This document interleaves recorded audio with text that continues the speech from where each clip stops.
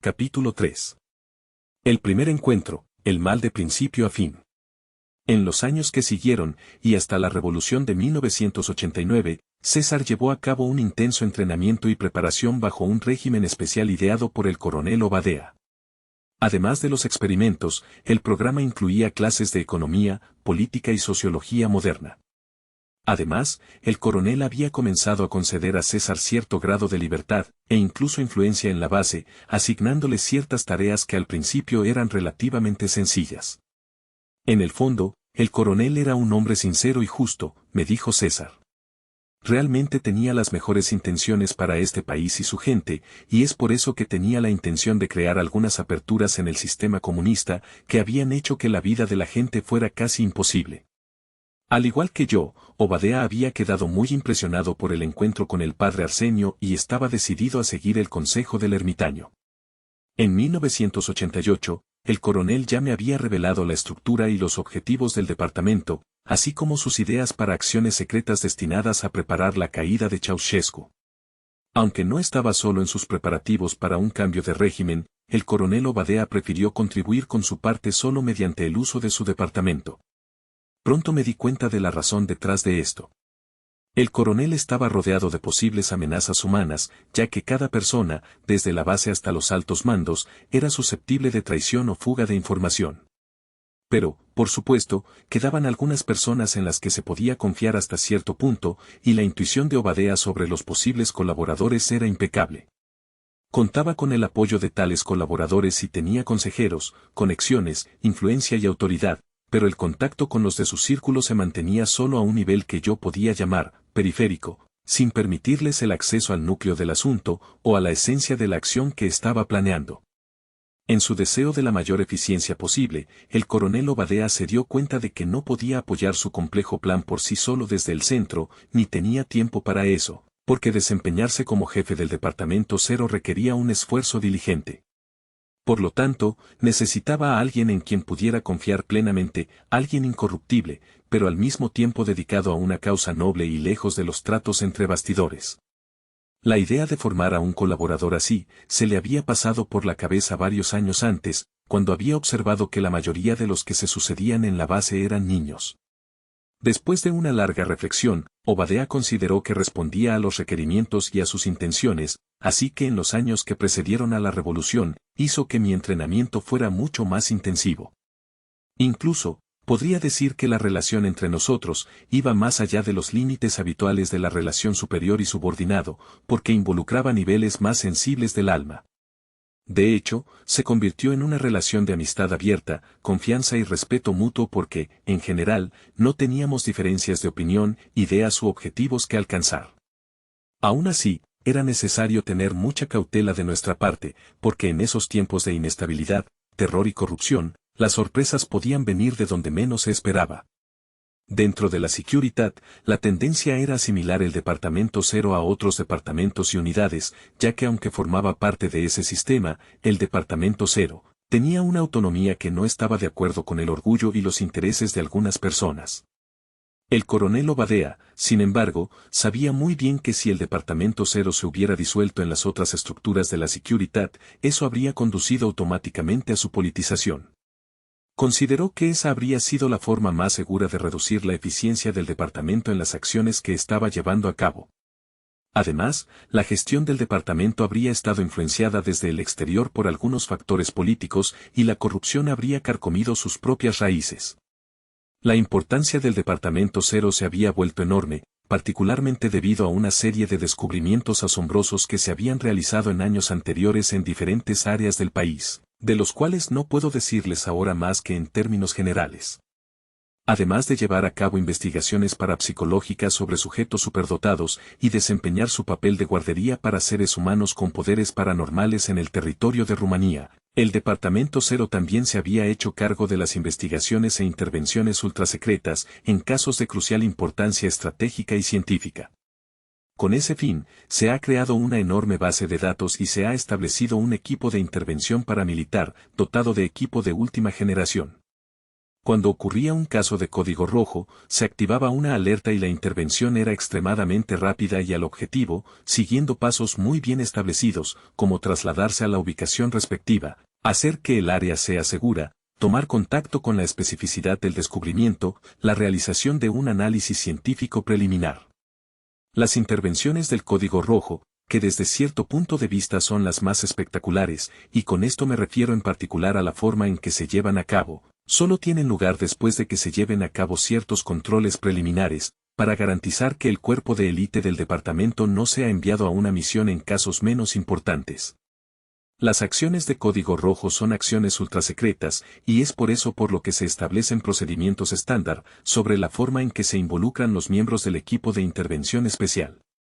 Con el tiempo, algunas figuras políticas montaron varios ataques y difundieron información falsa sobre la actividad del departamento.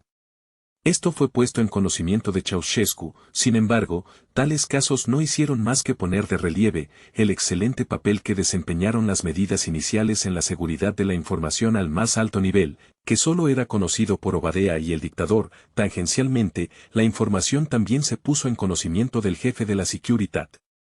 Es por eso que los intentos de derrocar a Obadea como jefe del Departamento Cero por motivos de incompetencia fracasaron uno por uno. Las acusaciones parecían ser falsas desde el principio. Los aficionados no podían construir un escenario táctico viable por la sencilla razón de que la información no se filtraba, y por lo tanto, necesitaban inventar historias y mentir. Acosado desde varios frentes, la conspiración más venenosa provino del entonces jefe de la Securitat, y en una situación cada vez más delicada debido a la información alarmante sobre una posible desaparición del bloque comunista en Europa, Ceausescu podría haber tomado una decisión mal inspirada. Es por eso que el coronel tuvo cuidado de presentarle los descubrimientos y sus elementos más importantes y secretos bajo una luz muy clara, sincera y directa. Esto convenció al jefe del Estado de seguir dándole libertad de acción. Una vez resuelto este problema de confianza por parte de Ceausescu, Obadea podría centrarse en los cuidadosos preparativos para el periodo de transición que seguiría tras el cambio de régimen. Ya sabía que era solo cuestión de tiempo hasta que se produjera el cambio. A partir del verano de 1989, la actividad del coronel Obadea se volvió muy febril y compleja. Yo mismo solo pude verme con él unas pocas veces antes de fin de año. Aunque no tenía acceso a información externa, la intuición me decía que algo muy importante se estaba gestando a nivel nacional. Pero estos son elementos con los que ya está muy familiarizado, por lo que no sirve de nada entrar en detalles ahora. Por lo tanto, me centraré en la descripción de los principales métodos de acción del departamento. Cuando se hace un descubrimiento crucial, la información se recibe muy rápidamente porque las primeras instituciones a las que hay que contactar en estos casos son la policía y el servicio de inteligencia rumano. De acuerdo con un protocolo muy estricto que establece claramente la naturaleza de los descubrimientos y su importancia, se contacta inmediatamente con el Departamento Cero y se envían nuestros equipos a la zona en cuestión. Las acciones que llevar a cabo en estos casos siguen un procedimiento muy claro. A partir de 1988, yo mismo formé parte del equipo principal de intervención, acompañándolo a los lugares secretos donde fuimos convocados. Mi pertenencia al equipo fue el resultado de una orden emitida por el propio coronel Obadea, y mi función era evaluar el grado de riesgo en caso de descubrimientos importantes, y hacer sugerencias sobre el procedimiento específico a seguir en las investigaciones en condiciones completamente seguras. También, en el equipo principal, había un capitán de la Securitat, que actuaba como su líder y que tenía que tomar las decisiones necesarias en el acto, después de que yo expusiera mis conclusiones. Cuando la situación era muy inusual, se presentaba inmediatamente al coronel Obadea y se esperaba su decisión. Nuestro equipo también incluía a 3 miembros muy bien entrenados de las tropas de élite, que actuaron como vanguardia cuando comenzaron las investigaciones. Se disponía de un segundo equipo formado por 4 miembros, científicos e investigadores, pero su número podía variar según el campo del descubrimiento. Fueron los primeros en entrar en el lugar del hallazgo y hacer un primer análisis científico, una valoración global de los elementos que podían encontrar allí. El tercer y último equipo estaba conformado por personal militar, cuya función era garantizar la seguridad de la zona, su cierre y la logística necesaria. Dependiendo de la importancia del descubrimiento, el coronel Obadea también era informado y llegaba al sitio lo antes posible. A veces, sin embargo, pueden surgir elementos imprevistos.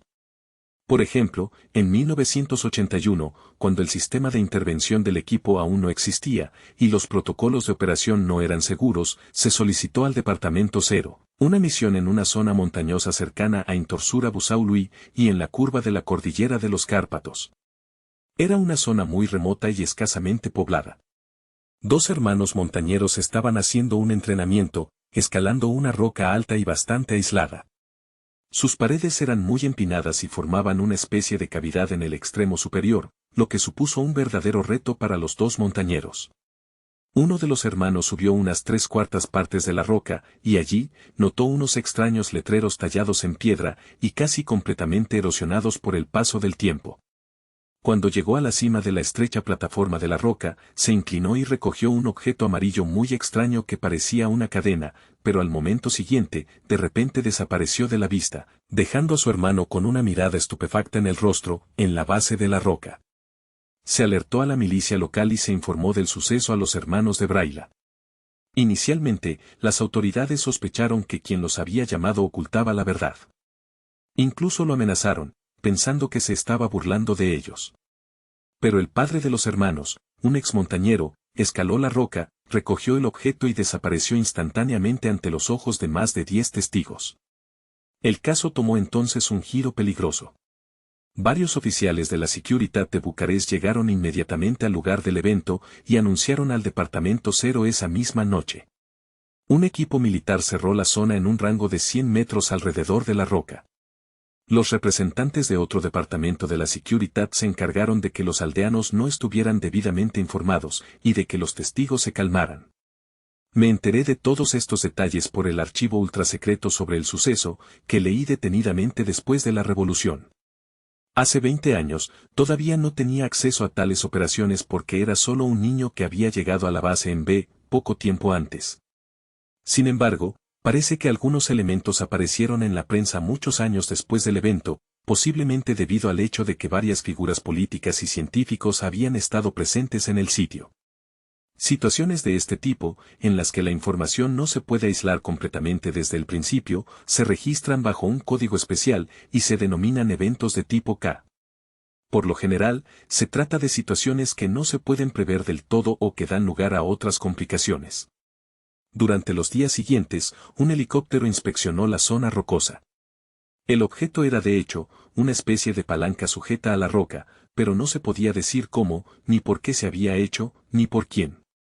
La inscripción en la pared de la roca seguía siendo un completo misterio, a pesar de que numerosas imágenes de los respectivos signos habían sido enviadas para su análisis, a las instituciones especializadas más prestigiosas del mundo.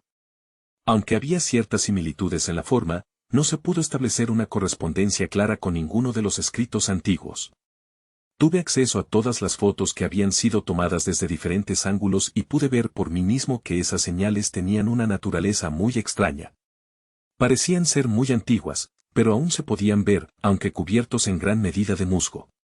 Carentes de experiencia en aquel entonces y presionados por el pánico que se había creado, los responsables decidieron dinamitar la roca, pero más tarde se supo que era una orden que habían dado los altos funcionarios de Bucarest.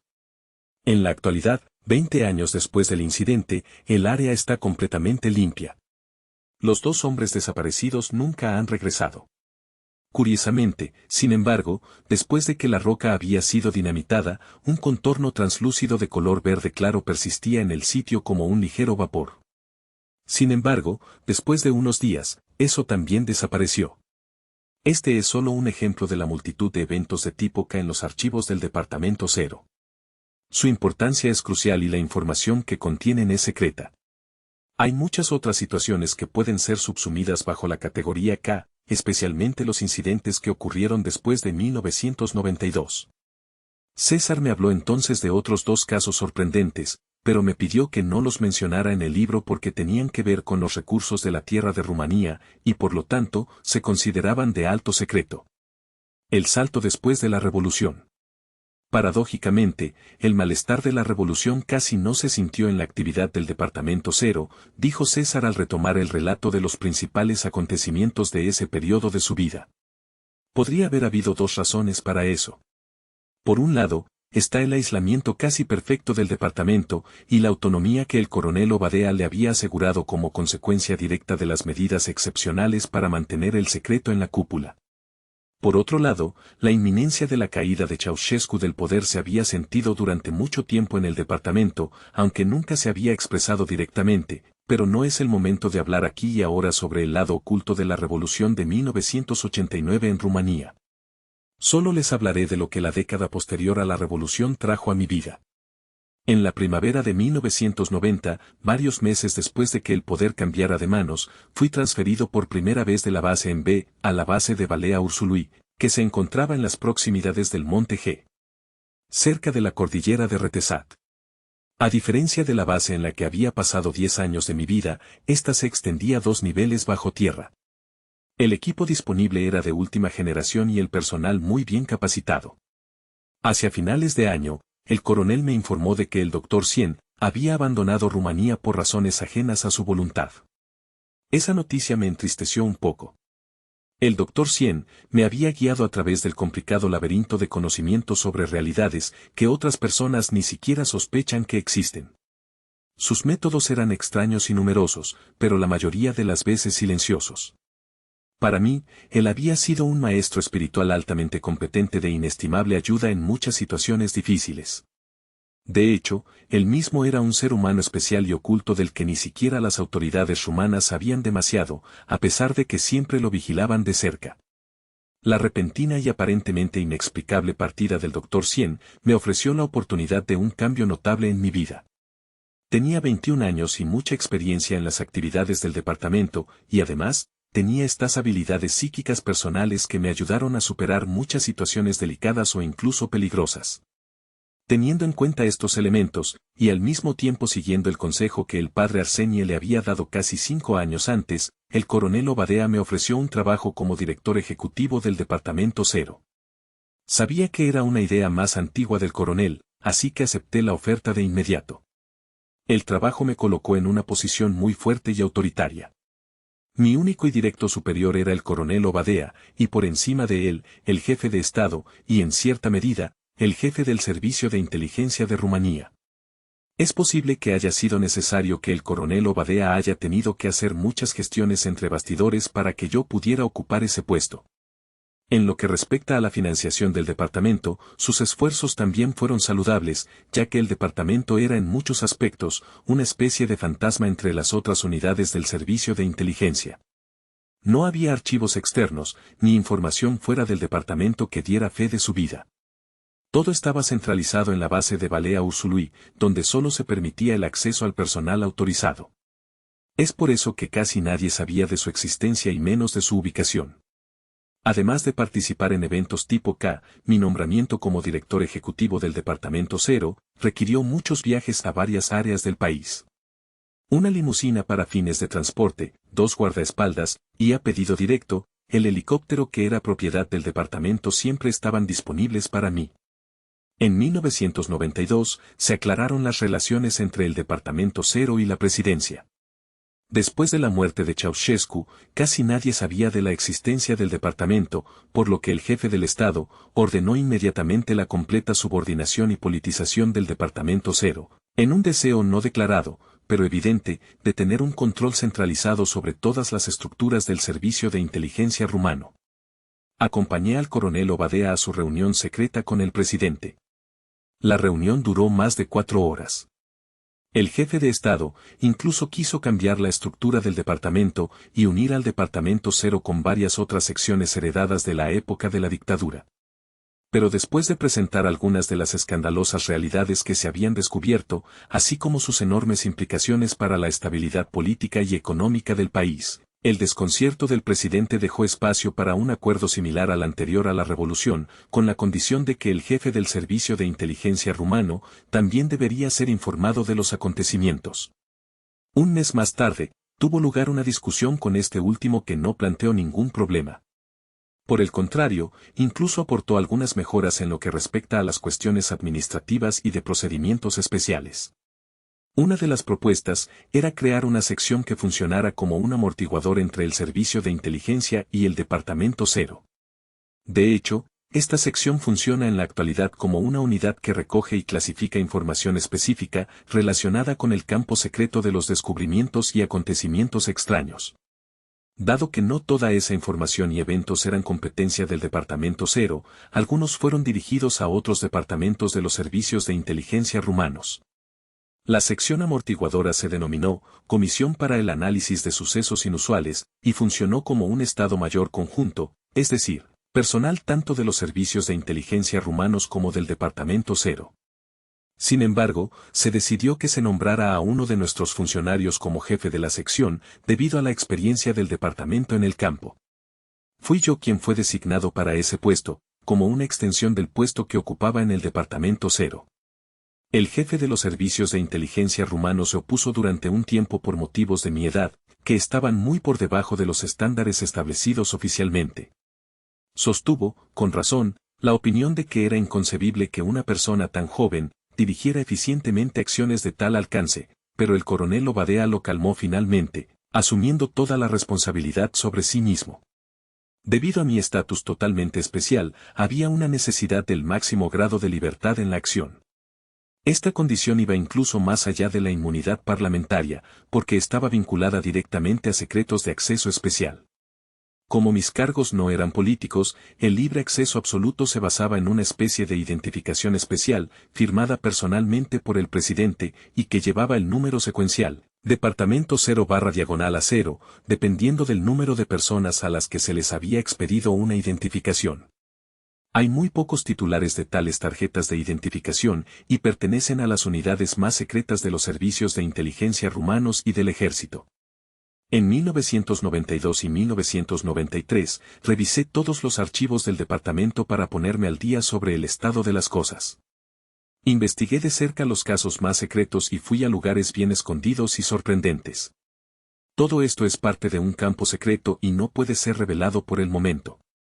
Establecí el cuartel general en la base de Balea Usului y paralelamente, establecí un segundo equipo especial de intervención para casos menos importantes.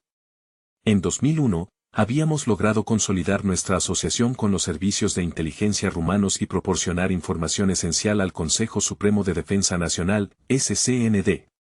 El coronel Obadea confiaba plenamente en mí, y aunque estaba agotando rápidamente la edad de jubilación, estaba muy satisfecho con la forma en que se dirigía el departamento.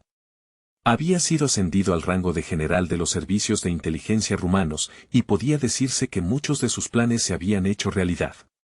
Este es, a grandes rasgos, el panorama general de la situación actual en el departamento. 2002 fue un año histórico, en lo que respecta a mi participación en cuestiones muy importantes y con profundas implicaciones tanto a nivel nacional como mundial, pero hablaremos de ello en nuestra próxima reunión, porque es muy importante que nos centremos lo mejor posible en el tema fundamental que estoy particularmente interesado en revelarte.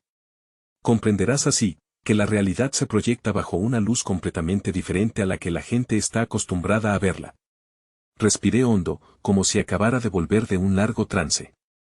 No tenía idea de lo que se iba a revelar a continuación, pero tenía la intuición de que habíamos llegado al quid de la cuestión. César me dijo, que de hecho, esa era la razón principal por la que quería que hiciera pública la historia. Iba a reunirme con él, en 2 ocasiones más, durante las cuales me hizo un relato detallado de los acontecimientos que pueden considerarse cruciales para el destino del país. Nos reunimos por última vez en junio de 2003, y fue en esa ocasión que me quedé asombrado al enterarme de lo que condujo a la ubicación secreta en las montañas de Buseji, donde 2 meses más tarde se hizo el descubrimiento revolucionario. A pesar de que los acontecimientos se precipitaron, César me dio la oportunidad no esperada de estar presente en el lugar del descubrimiento y ver por mí mismo la estructura secreta dentro de la montaña y sus características principales.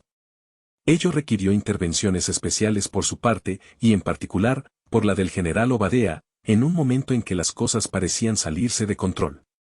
La decisión de tenerme allí en el sitio, casi inmediatamente después de que se hiciera el descubrimiento, fue muy inspiradora porque los acontecimientos tomaron un giro extraordinariamente complicado varios días después. Esto fue el resultado de la presión diplomática estadounidense que requirió, en gran medida, su presencia inmediata en el sitio, con grupos totalmente equipados de una tecnología extraordinaria. A partir de ese momento, nadie, a menos que estuviera autorizado por la presidencia, podía ir más allá de las barreras de seguridad mantenidas por los militares rumanos y estadounidenses. Es por eso que creo que fui muy afortunado, e incluso privilegiado, de haber tenido la oportunidad de ver realmente lo que para muchas personas parecerá casi increíble. En las pocas horas que pasé en el perímetro central del descubrimiento, César me habló brevemente de esos elementos, algunos de ellos dramáticos, de la forma efectiva en que se hizo el descubrimiento. También esbozó las implicaciones que tuvo inmediatamente después, así como los principales elementos de la intervención estadounidense en el tema. En septiembre de 2003, recibí más noticias suyas a través de un mensajero especial que también había hecho los arreglos para nuestras reuniones en los últimos años. En esa ocasión, sin embargo, el mensajero facilitó una conversación telefónica con César utilizando un dispositivo especialmente protegido y una línea privada. César me habló entonces de algunos elementos privados de las negociaciones rumano-estadounidenses que había conocido recientemente. Además, me dijo que iba a hacer una gran expedición en unos días y me dio algunos datos generales al respecto. No sabía cuánto tiempo duraría la expedición, pero prometió darme todos los detalles a mi regreso. Después de un momento de vacilación, me sugirió, que sin embargo, tenía suficiente información para escribir y publicar un libro que contuviera estos elementos. Al igual que yo, creía que la gente tenía derecho a conocer la realidad y a tomar sus propias decisiones sobre su futuro. Esa fue la última vez que tuve contacto verbal con César.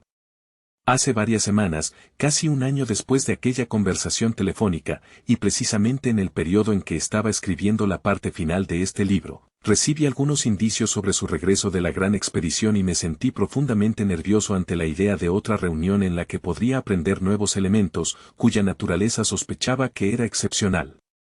Pero permítanme volver al relato de César sobre los acontecimientos de nuestra reunión anterior. Los elementos de los que me habló con mucho detalle, son sin duda, una verdadera mina de información sobre los tratos entre bastidores de la masonería organizada a nivel mundial.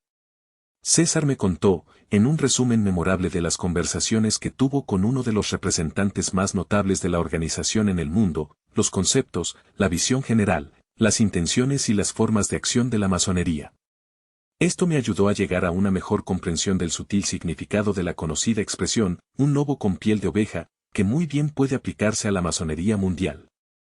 Paradójicamente y por otro lado, en ausencia de esa iniciativa de los masones, no sé cuándo y cómo se habría hecho ese descubrimiento revolucionario en las montañas de Bucegi. A veces, el camino del destino, particularmente el destino de una nación, o incluso el destino de la humanidad, es demasiado complicado y tortuoso para que la mente humana comprenda toda su complejidad. Por lo tanto, solo nos queda la posibilidad de observar y analizar, con retrospectiva y desconcierto, el increíble laberinto de hechos, relaciones, seres y destinos individuales que se combinaron de tal manera, que dieron un resultado final, que puede ser visto como un verdadero paso adelante para la humanidad. Incluso si no podemos comprender en detalle estas combinaciones y acciones tan complicadas de las fuerzas sutiles, al menos podemos encontrar nuestro camino siguiendo los efectos notables que éstas generan en ciertos momentos determinados por las circunstancias. Pero estas circunstancias son precisamente las condiciones espaciales y temporales necesarias para desencadenar acontecimientos de crucial importancia, incluso a nivel mundial. Cuando volví a encontrarme con César, varios meses después de nuestra última discusión, retomó su historia exactamente donde la había dejado, como si solo se hubiera tomado un breve descanso para beber un poco de agua. En mayo de 2002, estaba en la base de Balea Ursului, cuyo nombre en clave es Alfa. Fue una época en la que estuve completamente absorto en la lectura de los archivos secretos del departamento, que cubrían un periodo de más de 20 años de investigación y trabajo de campo, realizado por equipos especiales de intervención. Una tarde tranquila, estaba en mi oficina, profundamente sumido en el estudio, cuando recibí una llamada telefónica en la línea directa de máxima seguridad del general Obadea. Me sorprendió porque acababa de conocerlo un día antes y esa línea telefónica solo se usaba para llamadas de emergencia y de alto secreto. Me dijo que una persona muy importante vendría a visitarme en las próximas horas, y quería tener una conversación privada conmigo. El tono de voz ligeramente vacilante del general, y la redacción algo confusa de su mensaje también me sorprendieron, porque nunca había notado ninguno de esos rasgos en él. Me dijo que no tenía más información, que no sabía quién era la persona, y que la solicitud de una reunión, Había venido de los servicios de inteligencia rumanos tras una intervención gubernamental. La persona en cuestión era extranjera, pero conocía Rumanía y también dominaba el rumano. El servicio de inteligencia rumano solo sabía que era miembro de una logia masónica muy importante en Italia, con un alto rango nobiliario y una gran influencia financiera en Rumanía. Sus conexiones políticas también deben haber sido muy altas, ya que había logrado penetrar el muro de los servicios de inteligencia rumanos, y se abrió camino hacia el Departamento Cero. Pero de dónde me conocía, y cómo se había enterado de la existencia del departamento, y que yo era el director ejecutivo, seguía siendo un misterio. Entonces me di cuenta de que su influencia era extraordinaria una vez que había atravesado toda la jerarquía del gobierno y el sistema de seguridad de un país, sin siquiera ocultar el hecho. En lo que a mí respecta, tuve que aceptar la solicitud, aunque todavía desconocía su propósito. Había suficientes elementos desconocidos en la ecuación que competían con la inminencia de la reunión. A pesar de todo esto, pude percibir en el fondo una especie de extraña carga y presión que obviamente estaba vinculada a la persona en cuestión.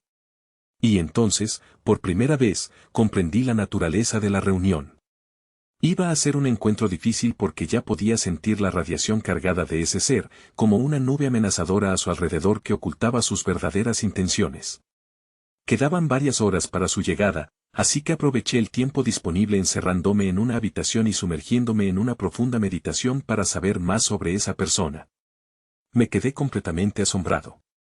Yo ya sabía que César tenía poderes psíquicos especiales de los que solo había mencionado lo mínimo y con mucha modestia y de la manera más natural posible.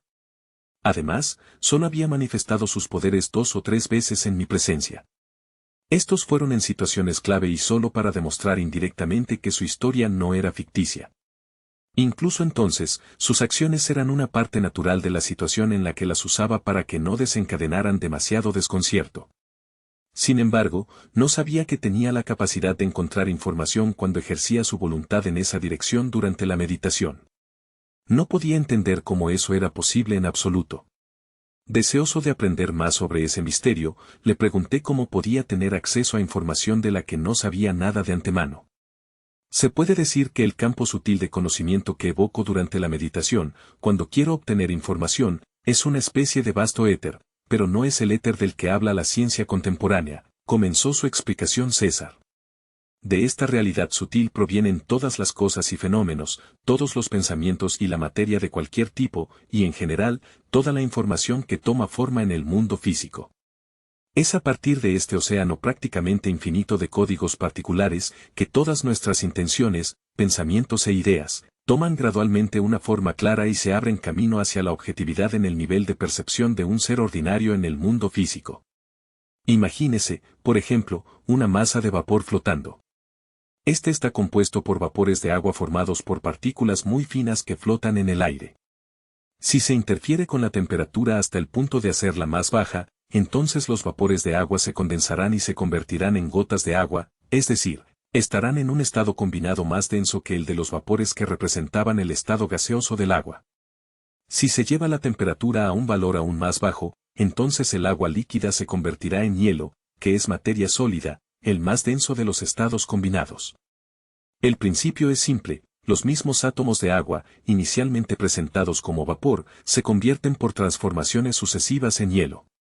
A modo de analogía, cualquier tipo de información que toma forma a nivel físico sigue el mismo camino de arriba hacia abajo.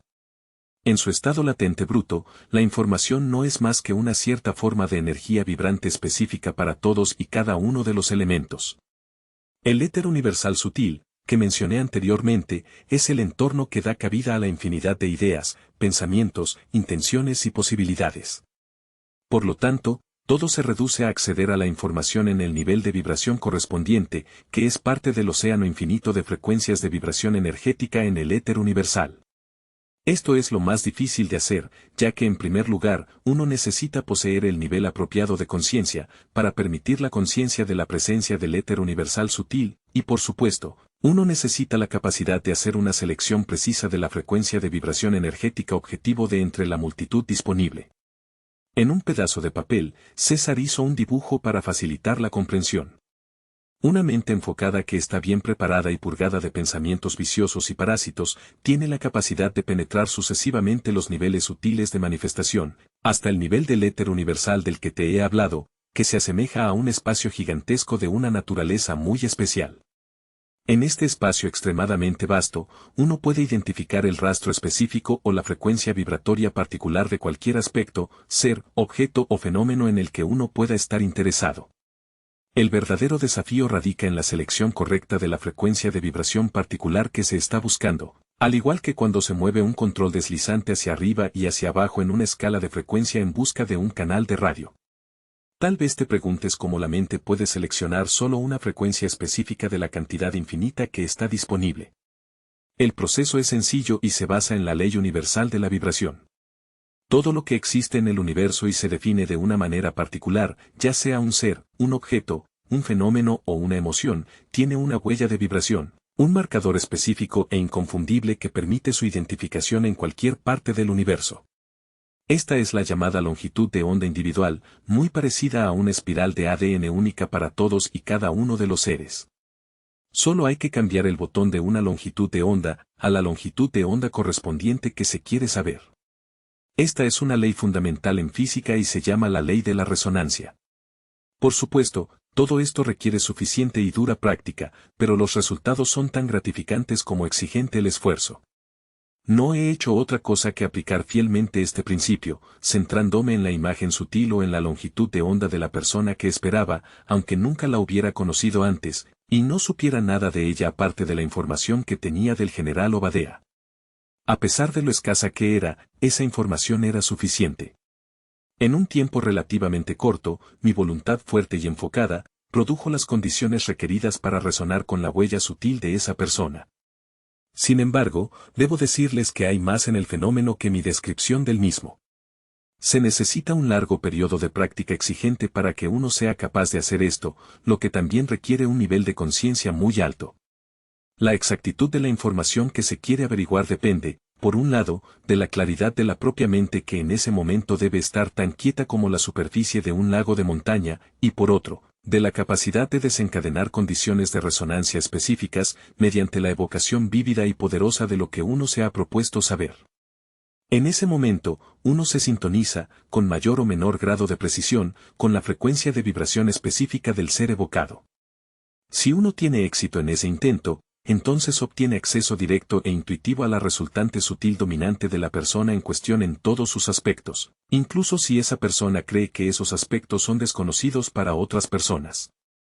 Es cierto, que como ya te he dicho, el problema es más complejo porque hay muchas variables que requieren, entre otras cosas, esfuerzo personal en esa dirección, pero lo importante es que cualquier ser humano sano, dotado de voluntad y perseverancia pueda adquirir esa capacidad.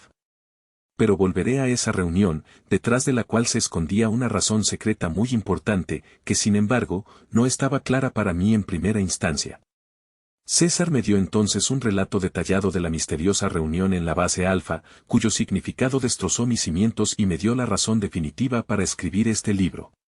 Sin embargo, para que la historia fluya con naturalidad, así como para facilitar la expresión, la repetiré exactamente como sucedió entre César y el misterioso personaje, miembro de la élite mundial de la masonería. Trataré de ser lo más fiel posible a la historia que me contaron, e incluso captar ciertos matices de la discusión. Pido disculpas al lector por cualquier inconsistencia lingüística que pueda surgir, pero como pronto se señalará, el contenido del diálogo a seguir es más importante que su forma. Una casa de transición. Alrededor de las 3 de la tarde, un helicóptero de los servicios de inteligencia rumanos aterrizó en la base de Balea Ursului. Salió un caballero alto y sobrio con un traje negro. Era aplomado y altivo. En su mano derecha llevaba un bastón con un mango de marfil tallado en oro. Su rostro delataba un carácter duro y sus ojos verdes tenían un efecto casi extraño, irradiando una frialdad inusual. Esta impresión se hizo aún más fuerte por sus cejas arqueadas y demasiado bien cuidadas para un hombre de edad bastante avanzada. Se presentó a los oficiales que lo esperaban en la base como el señor Mazzini, y esperó pacientemente a que su llegada fuera anunciada a César. De modales majestuosos, y como si estuviera acostumbrado a vivir solo en los altos círculos de la nobleza, el señor Mazzini, de 65 años, era autoritario en su conducta, muy seguro de sí mismo, y daba la impresión de un hombre acostumbrado a enseñorearse de la gente. De hecho, fue uno de los venerables de más alto rango de la logia masónica más importante de Europa y también miembro de la organización masónica más influyente a nivel mundial, el Grupo Bilderberg. El señor Mazzini fue conducido al primer piso de la base, donde César lo estaba esperando. Después de las acostumbradas presentaciones, César lo invitó a una sala de protocolo, pero el venerable se negó. Sin ser fastidioso, su forma de expresarse fue bastante forzada y ligeramente anticuada. De hecho, el señor Mazzini era miembro de una familia noble muy antigua de ascendencia real de Italia. Estoy impresionado y al mismo tiempo encantado con su propuesta, pero conservo el privilegio básico de protegerme contra posibles intentos de intervenir nuestra discusión. Le agradecería mucho que no se sintiera ofendido personalmente por la solicitud, pero no podemos olvidar que estamos tratando con el servicio de inteligencia rumano, explicó el venerable. César esbozó una leve sonrisa. Todavía era difícil determinar si esa era la forma habitual de hablar del señor Mazzini o si sus palabras ocultaban un rastro de ironía. La segunda interpretación era más probable, pero eso no molestó en absoluto a César. En cambio, respondió de buena voluntad. Comprendo sus temores, señor, y los encuentro justificados hasta cierto punto. Pero dado su estatus, esta base tiene un nivel de seguridad muy alto y solo coopera con los servicios de inteligencia rumanos, no está subordinada a ellos. Por lo tanto, podemos hablar en paz y sin miedo a nada en la sala de protocolo. Pero el señor Mazzini se mantuvo firme en su petición. Insistió cortésmente en que la discusión se llevara a cabo al aire libre, a una distancia conveniente de la base. Dijo que eso redundaba en interés de ambas partes. Como la petición no era tan excesiva, César dio su consentimiento. Se eligió un pequeño claro a unos 250 metros de distancia del edificio de superficie de la base. Una mesa y 2 sillas fueron llevadas al lugar, y a cierta distancia del arreglo, César ordenó la presencia en un círculo de 8 escoltas especializados en servicios de protección de alto nivel. De hecho, eran miembros del tercer equipo especial de intervención en caso de eventos tipo K. También se instaló un dispositivo electrónico de interferencia de alta tecnología. Los preparativos duraron casi una hora, tiempo durante el cual el señor Mazzini pronunció solo un par de frases y mostró una sonrisa ligeramente burlona e irónica. De vez en cuando lanzaba miradas veloces en dirección a César, tratando de tomarle la medida rápida pero cuidadosamente. A eso de las 4 de la tarde, los preparativos estaban listos y los dos se sentaron a la mesa en el claro. César me dijo que desde cierto punto de vista, la situación era bastante extraña. Un caballero de indiscutible influencia en los más altos niveles políticos había solicitado una reunión altamente secreta con el director ejecutivo del departamento más oculto de los servicios secretos rumanos. Todas las puertas se habían abierto casi sin esfuerzo, y todas las solicitudes se habían aprobado de inmediato. ¿Cuál podía ser la naturaleza de esa misteriosa influencia que había irrumpido incluso en los más altos círculos políticos de un Estado? ¿Cuál era, en realidad, el propósito de la visita imprevista y secreta del señor Mazzini, y que buscaba, sobre todo teniendo en cuenta que había evitado cualquier interferencia del servicio de inteligencia rumano que había facilitado la reunión? La estricta orden recibida del gobierno prohibía cualquier injerencia por parte de los servicios de inteligencia rumanos en la discusión, todo ello sobre la base del secreto en el campo de acción del Departamento Cero. A pesar de todo eso, la situación era bastante extraña porque daba la impresión de una intervención de una potencia externa que se imponía al Estado rumano. Además, no se permitió ninguna intervención telefónica de las conversaciones entre los dos, y César quería cumplir la promesa que había hecho al señor Mazzini. Por otra parte, aunque los servicios de inteligencia rumanos dispusieran de los medios técnicos necesarios para intervenir las conversaciones, la llegada del venerable Mazzini había sido anunciada apresuradamente, dejando así poco tiempo para la preparación de una acción tan delicada. Además, dada la influencia que el señor Mazzini parecía tener al más alto nivel político en Rumanía, es probable que alguna insatisfacción por su parte haya tenido consecuencias del tipo más adverso para quienes habrían tomado tal decisión en los servicios de inteligencia rumanos. Por lo tanto, por extraño que parezca, el señor Mazzini había logrado a través de una acción rápida, intensa y exigente, obtener en un tiempo récord la máxima seguridad para la conversación que quería tener con César. El encuentro entre los dos iba a revelar el relato más sensacional de las verdades ocultas, que sin embargo, se manifiestan cada vez más en la vida cotidiana de las personas de todo el mundo. La prueba. Estoy aquí para hablar con usted, señor Brad, de una manera menos de lo habitual y en circunstancias especiales, dijo el venerable Mazzini, yendo directamente al grano. Desde nuestro punto de vista, las personas pertenecen a una de dos categorías, las que pueden ser manipuladas y conducidas, y la gran mayoría pertenece a esta categoría, y los que tienen ciertas virtudes, están dotados de ciertos poderes y tienen una personalidad muy fuerte. Voy a interrumpirlo para una breve aclaración, intervino César con aparente ingenuidad. ¿De quién es la opinión que representas aquí? El señor Mazzini esbozó una gran sonrisa, apoyándose lentamente en el respaldo de la silla. Toda su actitud era la expresión de la orgullosa conciencia de un poder invencible.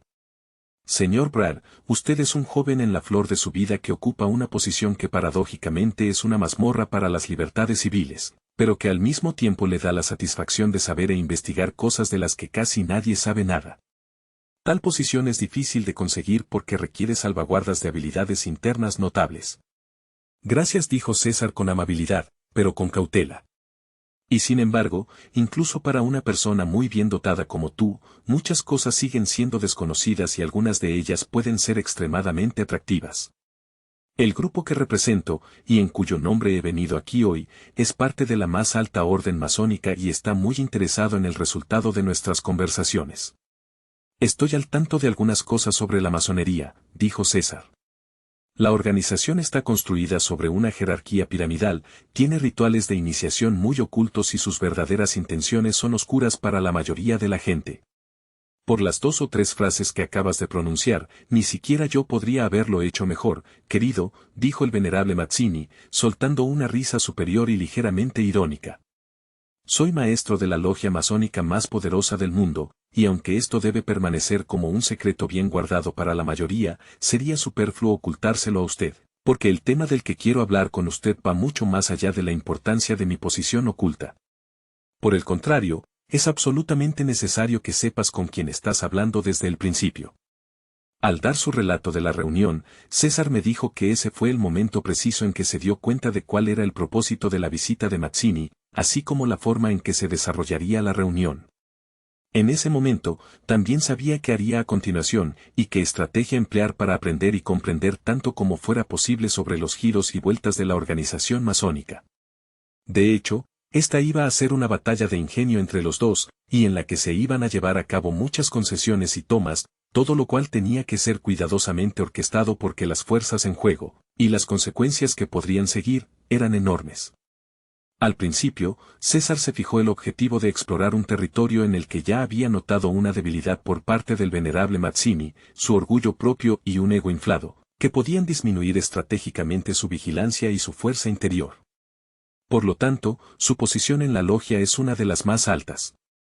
Sé que la jerarquía sigue los 33 llamados grados. El grupo Bilderberg no es exactamente una logia. Es mucho más que eso, pero no voy a entrar en detalles ahora. De hecho, a nivel de logia, la jerarquía sigue estos 33 grados y la promoción debe cumplir con requisitos claros. También debes saber que estos títulos son una especie de fachada.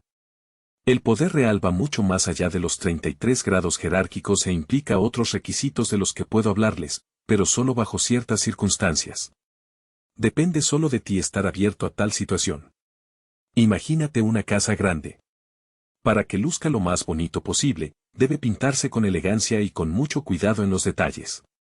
A modo de analogía, estos serían los niveles de iniciación. La mayoría de las riquezas y los mayores secretos, sin embargo, están dentro de la casa, invisibles y desconocidos excepto para los dueños de la casa, que son muy pocos en número y actúan como el poder detrás del buen funcionamiento de todo el edificio, su mantenimiento, administración y prosperidad. Para que esto suceda, no necesitan ser conocidos por las otras personas, ni deben ser conocidos sus formas y medios. Eres un hombre inteligente y puedes entender fácilmente lo que quiero decir. César había notado que el giro de la frase del señor Mazzini se había movido gradualmente a un tono más familiar y directo. Eso podría ser una ventaja porque la familiaridad en la discusión podría generar la revelación de muchos secretos. La diferencia de edad entre los dos obviamente contribuyó a ese tipo de tono. Indudablemente, el venerable Mazzini desplegó una gran fuerza vital y una fuerza psíquica inusual, en marcado contraste con su respetable edad. Desgraciadamente, su sutil irradiación, por la que el venerable podía dominar en cualquier momento a los seres humanos ordinarios, que son débiles o física o mentalmente inestables en su gran mayoría, se reunía en torno a su inmenso orgullo propio, arrogancia y un sentimiento de superioridad, tal vez justificado por su noble ascendencia. Es por eso, que independientemente de los méritos y las buenas referencias de César, que uno podría suponer que eran bien conocidas por la élite del grupo Bilderberg, el venerable Mazzini no pudo contener su orgullo por sí mismo. Hemos solicitado esta reunión utilizando nuestro poder y conexiones porque somos plenamente conscientes de su fuerza y habilidades a las que damos gran importancia, particularmente si sirven a nuestros intereses. Al decir eso, el venerable hizo el primer movimiento importante en el juego entre los dos. Sin embargo, como se observará, el tira y afloja iba a resultar mucho más complicado que una simple y relativamente indirecta propuesta de cooperación al más alto nivel masónico. Señor Mazzini, si he de entender algo en particular, y si el problema va a ser abordado de una manera específica, entonces por favor dígalo desde el principio. Por ejemplo, ¿cuál es la razón principal por la que quieres que sea miembro del grupo Bilderberg? La actitud del señor Mazzini se volvió repentinamente fría, y su voz adquirió un tono muy grave. ¿Es esto realmente un problema para usted, señor Brad? ¿Te imaginas que eres libre de elegir o poner condiciones? ¿Y quién dijo que te convertirías en miembro del grupo Bilderberg? ¿Tienes alguna idea de quiénes son realmente sus miembros y cuáles son los criterios de acceso a ese nivel? Estás muy lejos de esta posición jerárquica, y además, nunca podrás formar parte de los círculos cercanos del grupo, por razones que si te contara, te dejarían completamente desconcertado. No son parte de este mundo. Por lo tanto, por favor, regrese a ideas más mundanas, y comprenda que la propuesta indirecta que he hecho se refiere a que se convierta en miembro de una de las logias masónicas más altas del mundo, directamente subordinada al grupo Bilderberg. A nuestra organización le vendría bien su contribución especial. El hecho de que yo mismo haya venido aquí, para tener esta charla privada con ustedes, les hará entender que los apreciamos mucho. A juzgar por la información que tenemos, debo admitir que sus poderes y habilidades son impresionantes. Como le decía, estamos interesados en cooperar con ustedes. Hay un consejo secreto a nivel de esta logia, que hace propuestas para las principales líneas de acción en el mundo que el grupo Bilderberg luego evalúa. Funciona como una especie de bucle de retroalimentación. Podrías ser una fuerza impulsora importante en ese consejo, y podrías adquirir cualquier cosa que hayas soñado en este mundo, y gobernar sobre todo lo que quieras, riqueza, personas, lujos, leyes e incluso gobiernos. Nada podría detenerte. No negociamos porque lo que ofrecemos es enorme. ¿Qué sentido tendría tener otras discusiones inútiles cuando las cosas están tan claras? Y para ser honesto, no hay otra opción para ti que aceptar nuestra oferta. Al decir esto, con una confianza inquebrantable en sí mismo, el venerable Mazzini hizo un gesto específico, extendiendo la mano como si cortara el aire. Podría ser que alguien en el lugar de César se hubiera sentido intimidado e incluso desconcertado tanto por la velocidad a la que había avanzado la conversación como por las fabulosas perspectivas que esperaban. César me dijo que ese había sido un punto de inflexión de la reunión. Por complejo que pareciera, el problema tenía solo dos soluciones obvias: o aceptaba la oferta, que significaba la membresía en la organización masónica y un rápido ascenso a sus niveles más altos, o podía rechazarla, lo que habría desencadenado una cadena impredecible de consecuencias adversas tanto para él, como para la actividad del Departamento Cero. En ese momento, César no conocía los principales datos sobre los intereses supremos de la masonería, pero estaba muy interesado en conocerlos para poder comprender las razones ocultas de la acción por parte de esta organización mundial y las formas y medios por los cuales quería alcanzar sus objetivos. Las circunstancias le parecían favorables y la discusión había llegado a un punto en que paso a paso, podía dirigirla hacia lo que le interesaba. Lo haría despertando el apetito del señor Mazzini por el orgullo propio y el poder. La tarea, sin embargo, no era nada fácil porque el venerable era un interlocutor muy astuto con mucho cerebro y vigor mental encima. Desgraciadamente, esas cualidades ya se canalizaron en una dirección profundamente negativa. César tuvo la intuición de que si hubiera rechazado la propuesta de inmediato, el juego habría terminado y el señor Mazzini se habría ido sin ningún motivo de reconsideración. César no habría tenido la oportunidad de averiguar nada más y las consecuencias de su negativa habrían sido impredecibles. Por lo tanto, tomó la decisión de engañar la vigilancia del venerable, y bajo el pretexto de la aceptación, aprender tanto como fuera posible sobre los tratos entre bastidores de la masonería mundial. Desde cierta perspectiva, asumió el papel de un kamikaze encubierto, pero se sentía seguro de sí mismo y confiaba en su capacidad para hacer frente a cualquier dificultad que pudiera surgir. La verdad oculta sobre la masonería. Lo que usted me está contando es muy emocionante, señor Mazzini, sin embargo, me gustaría entender cómo fue y es posible que usted tenga una influencia tan grande. Debo confesar que esto me parece muy interesante. Satisfecho con este giro en la conversación, el señor Mazzini dio una respuesta solícita, cayendo al parecer en la simple trampa que César había tendido. Bueno, querido, hay muchas maneras de obtener influencia y esta es un área que dominamos a la perfección. La principal cualidad que se necesita es paciencia. No se pueden construir palacios grandiosos y elegantes y luego disfrutar de todos los placeres que lo acompañan, a menos que se sea tenaz, vigilante y sobre todo, paciente, incluso ante un aparente fracaso. Se necesita tiempo para que todo encaje en su lugar, y a veces, puede pasar mucho tiempo hasta que eso suceda. Nuestros venerables maestros de antaño, tenían una gran visión general del resultado final al que ahora nos estamos acercando cada vez más. No persiguieron con avidez intereses mezquinos y egoístas, sino que lucharon con todas sus fuerzas para fortalecer y reforzar los fundamentos masónicos, adaptando sus directrices al curso de la evolución humana. De hecho, ¿por qué solo se habrían cuidado a sí mismos y a sus familias? De todos modos, ¿no eran los más ricos y los más acomodados de todas las personas? ¿No habían hecho un juramento de ayudarse y apoyarse mutuamente cuando lo necesitaran? Puedo decirles que ellos fueron los verdaderos artífices de los principios que ahora gobiernan el sistema social. Pero por el momento, no puedo revelar mucho sobre estos arquitectos que idearon todo el plan hace varios miles de años, porque ese es un terrible secreto del que ni siquiera todos los miembros del grupo Bilderberg son conscientes. En los tiempos modernos, y con esto me refiero a los últimos 200 o 300 años, los venerables maestros no han hecho otra cosa que aplicar, de una manera inteligente, los principios básicos que ya habían sido establecidos y adaptarlos a la estructura de su tiempo. Sus acciones han ido mejorando con cada generación y al mismo tiempo, manteniendo el mismo impulso e ideas iniciales. Debes saber que en la cima de nuestra jerarquía, solo hay personas de ascendencia real, cuyo linaje se puede rastrear en árboles genealógicos tan antiguos como cientos o incluso miles de años. Prestamos mucha atención a este tema para no mezclarnos con otras razas. Sin embargo, a pesar de todo esto, ha habido excepciones, pero poco a poco, hemos logrado eliminar los genes recesivos.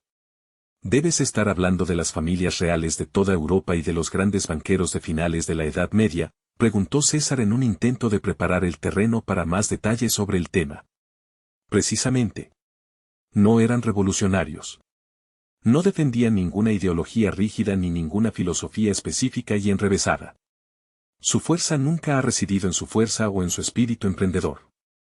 Nunca han producido héroes ni puntas de lanza.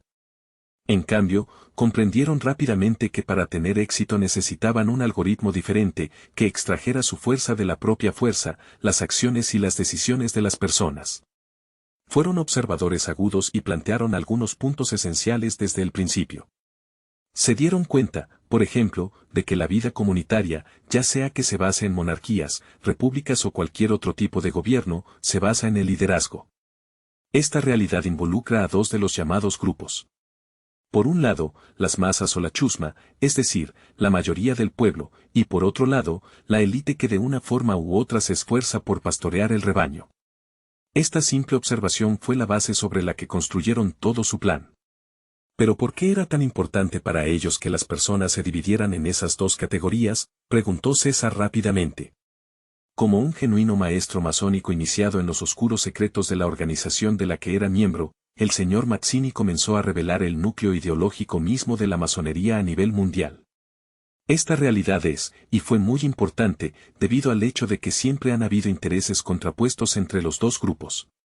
Había que hacer que la situación se resolviera para que esos intereses en conflicto nunca pudieran desaparecer por completo, o en otras palabras, para que nunca hubiera una paz genuina entre los pueblos. Para que esto fuera así, era necesario complacer a ambos grupos por diversos métodos, sin que ellos conocieran el esquema. Nuestros Illuminati han llevado esta habilidad a la perfección, en el sentido de que podían correr con la liebre y cazar con el sabueso, y sin embargo, nunca fallar en este doble juego. César aprovechó entonces la oportunidad para mantener la olla hirviendo. ¿Pero cómo pudieron hacerlo?, preguntó. ¿Cuáles eran sus métodos? Necesitaban algunas palancas fuertes, y en el origen de sus acciones estaban solo dos, el dinero y la naturaleza inferior del hombre que lo hace. Ceder a tentaciones de todo tipo. Esa siempre ha sido una combinación exitosa porque lo que no era bueno en un caso lo era en otro. Así es como esta receta basada en intrigas, mentiras, tentaciones y simulaciones permitió que nuestra influencia se extendiera por todo el mundo. En el mundo de hoy, por supuesto, debemos tener en cuenta una serie de otras cuestiones. Entre los más importantes se encuentran el número de habitantes de este planeta, así como el notable progreso tecnológico. Básicamente, sin embargo, los cimientos de nuestra organización masónica se establecieron hace mucho tiempo, y son tan firmes, y ahora están tan profundamente arraigados en la conciencia de la gente, que el logro completo de nuestro programa es ahora solo cuestión de tiempo. El señor Mazzini terminó su conferencia con una sonrisa de satisfacción en el rostro y encendió un largo cigarro. Obviamente, estaba esperando que sus palabras surtieran efecto en César. Siguiéndole el juego, César hizo una declaración. Pero no logro entender la razón principal por la que se ha hecho este enorme esfuerzo durante miles y miles de años. Dando una calada lenta a su cigarro, el señor Mazzini miró a César a través de los párpados entrecerrados. En su ilimitado orgullo de sí mismo, ya consideraba que su enfoque había sido completamente exitoso. César, por otra parte, pensó que ese punto de vista erróneo había debilitado la vigilancia del venerable y lo había impulsado a seguir adelante con una profusión de explicaciones. Eso es muy sencillo, querido. El poder fue, y siempre será la razón principal. ¿Qué más podríamos desear después de tanto tiempo? Vamos, cuéntame, y no seas tímido.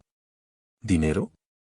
Casi todo el dinero de este mundo es nuestro, gracias a la red bancaria que hemos estado tejiendo durante los últimos siglos. Desde que las civilizaciones prosperaron, hemos tenido la intención de crear un sistema social en el que las personas dependan plenamente de sus ingresos. Dinero, más y más dinero.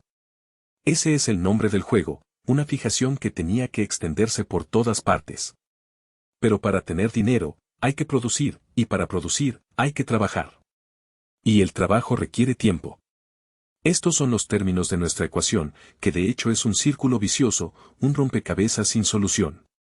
El resultado fue que la gente terminó trabajando hasta la extenuación por nosotros, siempre bajo el hechizo de más y más dinero, que de hecho, se gasta fácilmente de acuerdo con el ritmo del mundo y sus variadas atracciones, y sin embargo, no importa cuánto dinero se pueda ganar, la verdadera riqueza y la mayor parte del dinero están en nuestro poder, bien guardados en nuestros bancos o invertidos en títulos de propiedad. Incluso si 10 o 100 personas que no son miembros de nuestras logias se vuelven extremadamente ricas, no son una amenaza porque son entidades discretas que no persiguen ningún objetivo definido a gran escala. Por supuesto, tenemos cuidado de atraer a la mayoría de ellos a nuestra organización desde el comienzo de sus brillantes carreras, y por lo tanto, aumentar nuestro poder. Aquellos que rechazan nuestra oferta no pueden aguantar por sí solos por mucho tiempo. Si de una forma u otra se convierten en una amenaza, unimos esfuerzos para forzarlos a la bancarrota, incluso a riesgo de algunas pérdidas de nuestro lado. Pero la enorme maquinaria financiera que hemos construido nos permite restablecer el equilibrio financiero rápidamente a través de aumentos en otros lugares. El objetivo es derribar a la persona en cuestión. Por lo general, cuando están a punto de colapsar y se sienten perdidos sin posibilidad de recuperación, las tácticas son darles una segunda oportunidad para aceptar la oferta que rechazaron inicialmente. La mayoría de las veces aceptan, y luego, por supuesto, su negocio personal hace una reaparición espectacular, pero en ese momento ya deben cumplir con unas condiciones claras que nosotros establecemos y que no se pueden evitar. Siempre salimos ganando, ya sea un político influyente para promover nuestros intereses, que es el caso más frecuente y casi más fácil de fabricar, o un gran hombre de negocios, la mayor parte de cuyo dinero administramos a través de nuestras propias redes. Por lo tanto, nos interesa crear tantos círculos viciosos como sea posible. Y es sobre esta base que hemos construido la sociedad moderna y la llamada célula de la sociedad, es decir, la familia que hemos encadenado a un conjunto infinito de dependencias, trabajos, casas, comodidades, automóviles, préstamos bancarios y obligaciones contractuales a largo plazo que a veces se extienden a lo largo de una o dos generaciones de la familia respectiva. El papel de un círculo vicioso es hacer que las personas sean dependientes, porque cuando esto sucede, ya no son libres. La dependencia desencadena automáticamente una especie de esclavitud o limitación, y necesitamos que las personas sean lo más limitadas y mecánicas posibles en sus acciones, que deben convertirse en casi estereotipos. Esta fue la razón principal por la que hemos impuesto gradualmente una especie de especialización laboral, que se extiende a tantos campos y subcampos como sea posible. Si los requisitos del trabajo son simples, casi mínimos pero repetitivos, el titular del trabajo pronto se convertirá en una máquina sumisa y obediente. No queremos que la gente piense demasiado. Pensar puede volverse peligroso y generar ideas que van en contra de nuestros objetivos. Es por eso que hemos tratado de extender nuestro control sobre un número cada vez mayor de personas, incluso fuera de las horas de trabajo, es decir, en su tiempo libre. De este modo, hemos permitido que la tecnología y la innovación capten la atención de las masas por medios cuya falta sería sinónimo de catástrofe hoy en día, televisores, teléfonos y computadoras. Nuestra idea ha sido un éxito rotundo, porque además de crear adicción a estos medios tecnológicos, también nos ha dado control sobre la difusión de la información. En la actualidad, debido a las características de nuestro tiempo, la información ocupa el primer lugar como herramienta para la acción en el mundo. Entonces es sencillo anticipar el siguiente paso: al controlar las instituciones y herramientas de los medios, controlamos implícitamente el contenido y la calidad de la información. Es por eso que uno de nuestros principales objetivos ha sido obtener el control de los mayores consorcios de prensa, radio y televisión del mundo. ¿Quieres decir que todo esto ha sido suficiente para ganar el control del mundo?, preguntó César. Obviamente no. Los medios de comunicación solo estaban disponibles en un área limitada. Es por eso que necesitábamos más métodos de dominación que tenían que ser tentadores para las masas. Actuamos como una eminencia gris en apoyo de la difusión de las drogas, en particular de las drogas sintéticas. Plenamente conscientes de que estas drogas, junto con el tabaco, el alcohol y el café, pueden destruir el cuerpo humano, hemos organizado deliberadamente una llamada campaña del no, que no ha hecho más que aumentar la demanda de dichas sustancias. Hemos creado enormes empresas de tabaco, bebidas finas y café.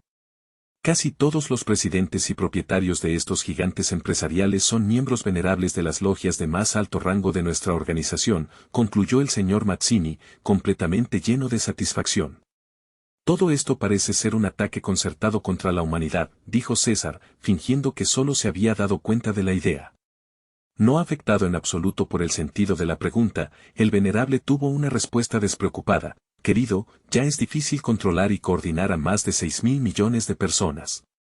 Debes entender que cuanto más dispersa y confundida esté una multitud, más fácil será maniobrar.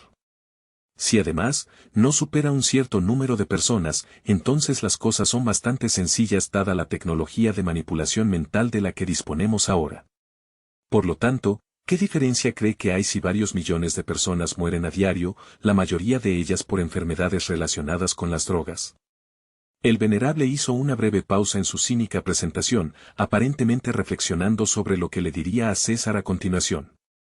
Uno de nuestros principales objetivos ha sido poner fin al crecimiento de la población. Además, tuvimos que reducir drásticamente el número de habitantes mundiales.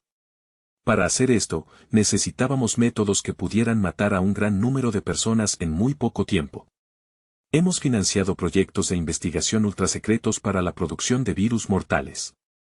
Algunos experimentos han fracasado, pero otros han dado resultados. ¿Resultados en términos de daño hecho naturalmente? Debemos ver el tema desde un punto de vista práctico. Es la única manera de lograr nuestros objetivos a cabalidad. Si algo o alguien se opone a nosotros, no puede resistirnos por mucho tiempo. Como te decía, nuestras herramientas nunca están a la vista.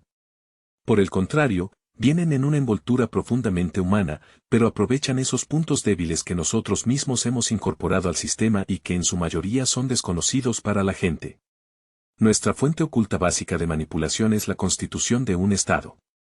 La elaboración de una constitución es una verdadera ciencia de la psicología humana y de la manipulación, por lo que hemos tenido cuidado de que nuestros representantes participen en el proceso de las grandes potencias del mundo. Las constituciones deben adoptar una forma humana, solemne incluso, y relativamente complicada, pero al mismo tiempo, codificar aquellos medios eficaces para el control y el debilitamiento de la población. Los conflictos, las revoluciones y las guerras en varias zonas del globo, han sido quizás el método más extendido que hemos creado y apoyado indirectamente a lo largo del tiempo. Los conflictos armados siempre han sido una fuente real y enorme de ingresos para nosotros, así como un medio sutil de ejercer el poder en todo el mundo. Aprovechamos cualquier dificultad económica o social, sobre todo en los países menos desarrollados. Debido a nuestra influencia bancaria, podemos operar en secreto en el nivel más alto del poder en el país respectivo y hacer lo mismo con el Estado adversario. Nunca nos involucramos en una sola dirección, ya que el resultado puede ser incierto. Pero al incitar a ambos bandos a actuar, podemos ganar sin importar cómo termine su conflicto. Nuestros tiempos se prestan particularmente a conflictos étnicos o económicos. Estos son fáciles de activar, duran mucho tiempo y ponen en juego muchos otros intereses por parte de estados más poderosos pero rivales. Eventualmente, la guerra respectiva se convierte en una guerra entre las grandes potencias del mundo, y no en una causa limitada a nivel nacional. Casi todos los grandes organismos internacionales, ya sean políticos o militares, son de origen masónico. Nuestros venerables están allí en posiciones clave y siguen nuestros planes hasta el punto de la precisión, y como te he dicho, somos muy pacientes. La descomposición carcome lenta pero severamente, incluso en el tronco más grueso del árbol. La ONU y la OTAN, por nombrar solo dos de nuestras herramientas más influyentes, han resultado ser decisiones muy bienvenidas por nuestra parte. Y sin embargo, señor Mazzini, hay algo que no acabo de entender, dijo César, poniendo una mirada irritada. ¿Cómo podría alguien creer que lo más importante en este mundo es una consecuencia directa de los planes y acciones de la organización masónica? Esto es absurdo e incluso inconcebible. El señor Mazzini se echó a reír de buena gana y encendió otro cigarro. Estaba evaluando en silencio a César, a través de las nubes de humo teñido de azul que se arremolinaban lentamente en el aire fresco de la montaña. Por un momento, César pensó que había sobrepasado el límite con sus intenciones ocultas y que el venerable se había dado cuenta de su plan. Pero sus temores pronto desaparecieron. La masonería siempre ha sido oculta. Habría ido en contra de nuestros objetivos reales, reclamar la paternidad sobre todas las grandes ideas, tendencias sociales y culturales, ideologías o principios progresistas en todo el mundo, aunque seamos los creadores de una gran mayoría de ellos. En su lugar, hemos optado por la discreción, el misterio, el repliegue y el trato entre bastidores. Solo hay unas pocas personas que han oído hablar del término masón o francmasón, e incluso si la palabra les suena débilmente, no tienen idea de lo que podría significar en realidad. Este hechizo que seguimos tejiendo con tanto cuidado nos ha servido bien a lo largo del tiempo. Dadas las circunstancias, imagínense a alguien saliendo al mundo y difundiendo la información que te acabo de dar. ¿Quién creería o escucharía a esa persona? Puede que tengas razón, pero no ignores la fuerza de una tendencia de opinión general que podría destruir todo lo que has construido hasta ahora, dijo César con lucidez. Somos conscientes de que ya hay muchas personas, intelectuales en particular, que conocen al menos parte de la verdad sobre nosotros y a los que ya no podemos mentir, pero en comparación con el resto de la población, que ha sido embrutecida por el sistema social que nosotros mismos hemos creado, y en particular, por el sistema de información que controlamos casi por completo, estas personas son realmente una minoría. Además, están dispersos y amenazados por nuestras advertencias indirectas. Tal como están las cosas, incluso si algunas personas son conscientes de nuestras verdaderas intenciones, adoptarán una postura pasiva pensando que son impotentes, apáticas y privadas de cualquier posibilidad de actuar de manera efectiva. Entonces toman la posición de la víctima que se lamenta, lo sé, pero ¿qué puedo hacer? ¿Qué podemos hacer? Tenemos las manos atadas. Estamos siendo controlados y vigilados en todo lo que hacemos. No creo que quede ninguna posibilidad. Y así, una parte importante de la población, que podría plantearnos grandes dificultades y problemas, ya ha depuesto las armas antes de que la batalla haya comenzado. Si eventualmente, alguien intenta atacarnos o trata de revelar la verdadera naturaleza de nuestras acciones a los ignorantes, podemos recurrir a una amplia gama de métodos para pacificar a esa persona. Nuestras reacciones están cuidadosamente concebidas y se basan en una comprensión profunda de la psicología humana. Esto casi siempre se inicia lanzando información falsa o malvada sobre esa persona. Como les decía, tenemos un control muy exhaustivo sobre los medios de comunicación. Supongamos que la información se publica a través de una serie de periódicos distribuidos a nivel nacional. Los lectores se encuentran con la respectiva información falsa que tiene connotaciones negativas. El daño está hecho cualquiera que sea la negación rotunda que desencadenaría por parte de la parte acusada en los días siguientes. En primer lugar, es muy probable que el mismo lector no lea la negación subsiguiente, teniendo en cuenta así el recuerdo de la primera lectura. Aunque el contenido de la información no es cierto, la percepción del lector sobre el objetivo del artículo sigue siendo negativa. Luego, debemos explotar tanto como sea posible la tendencia viciosa de la sociedad moderna, representada por su sed enfermiza de titulares sensacionalistas que exhiben situaciones o personajes malvados. Somos muy conscientes tanto de la influencia, como del terrible impacto de tales sugerencias en la naturaleza emocional de los seres humanos. Lo que sí sabemos es que las sugestiones malvadas destruyen las estructuras energéticas armoniosas del aura, y provocan una forma sutil de estrés a nivel psíquico. También sabemos que disminuyen la frecuencia de las percepciones positivas y afectan a las intenciones beneficiosas de los seres humanos. Estos sirven perfectamente a nuestras intenciones, ya que agotan a las personas, difunden su atención, debilitan su mente alerta y nublan la clarividencia de su espíritu. De este modo, logramos el objetivo que siempre nos propusimos, aumentar la entropía social. Incluso me atrevo a decir que somos nosotros los que hemos elevado esta habilidad cerca de la perfección. Para lograr la entropía social, que desencadena una confusión social bastante total, siempre utilizamos elementos de información contradictorios sobre un mismo tema que se difunden por diversos medios de comunicación, aderezando el tema con connotaciones horribles o lúgubres. Por lo tanto, subvencionamos y promovemos obras centradas en temas infantiles o fantasiosos. Sin embargo, todos tienen un gran atractivo para los de mente estrecha que buscan lo sensacional. Somos nosotros los que estrenamos este mecanismo y alimentamos la proliferación de este tipo de libros con el objetivo de la aceptación del público, y de hecho terminaron apreciando estas obras. El sistema económico y social que hemos impuesto fomenta fuertemente la rivalidad en sus formas disonantes, la competencia ilegal y el consumo excesivo de productos. Para todo esto, ofrecemos una justificación humanitaria, que es capacitar y motivar a las personas a cruzar la jungla de la vida, que representa una amenaza de muerte para ellos.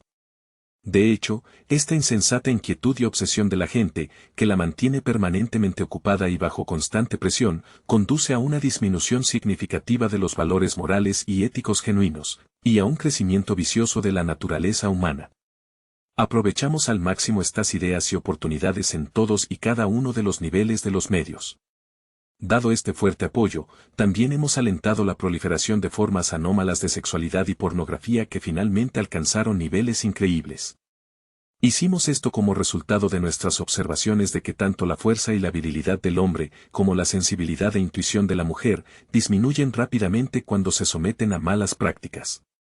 En tales circunstancias, la naturaleza humana se vuelve inestable y totalmente vulnerable a las tentaciones, de ahí la idea básica de que puede ser fácilmente manipulado. Para lograr nuestros objetivos, la resistencia del objetivo debe ser débil. Por lo tanto, lanzamos ideas y oportunidades atractivas a las personas y luego nos aprovechamos de sus debilidades o disposiciones en los contratos que imprudentemente firmaron con nosotros. La sociedad moderna encaja perfectamente en este diseño. Dado el enorme progreso tecnológico que hemos permitido, ofrecemos cada vez más tentaciones, y las personas caen fácilmente víctimas de gratificaciones y estímulos sensoriales indiscriminados y diversos. Somos perfectamente conscientes de que su fuerza de voluntad pronto se agotará, y sin determinación, los humanos son como animales estúpidos en su camino hacia el matadero. Ponemos un énfasis especial en los jóvenes, porque las semillas de la vida pueden morir fácilmente en los débiles. Bajo una máscara seductora y atractiva, infundimos a la generación joven todos los elementos destinados a alimentar e hinchar las tendencias viciosas. Alentamos la transmisión de películas que muestran violencia y películas de terror donde los personajes exhiben rasgos sádicos y malvados. Para ello, nos apoyamos en la publicidad, que en mi opinión, se convirtió en el corazón mismo del comercio. De este modo, multiplicamos enormemente la tendencia de la gente hacia el consumo, que ha tomado la forma de una enfermedad moderna. Aunque no necesitan algo específico, siguen la tendencia a comprar, consumir y volver a comprar, incluso artículos inútiles y hacer provisiones superfluas.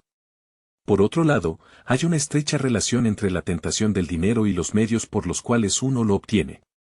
No es fácil hacerse rico, y en el actual entorno económico y legal que hemos impuesto, es incluso imposible si se recurre a métodos honestos.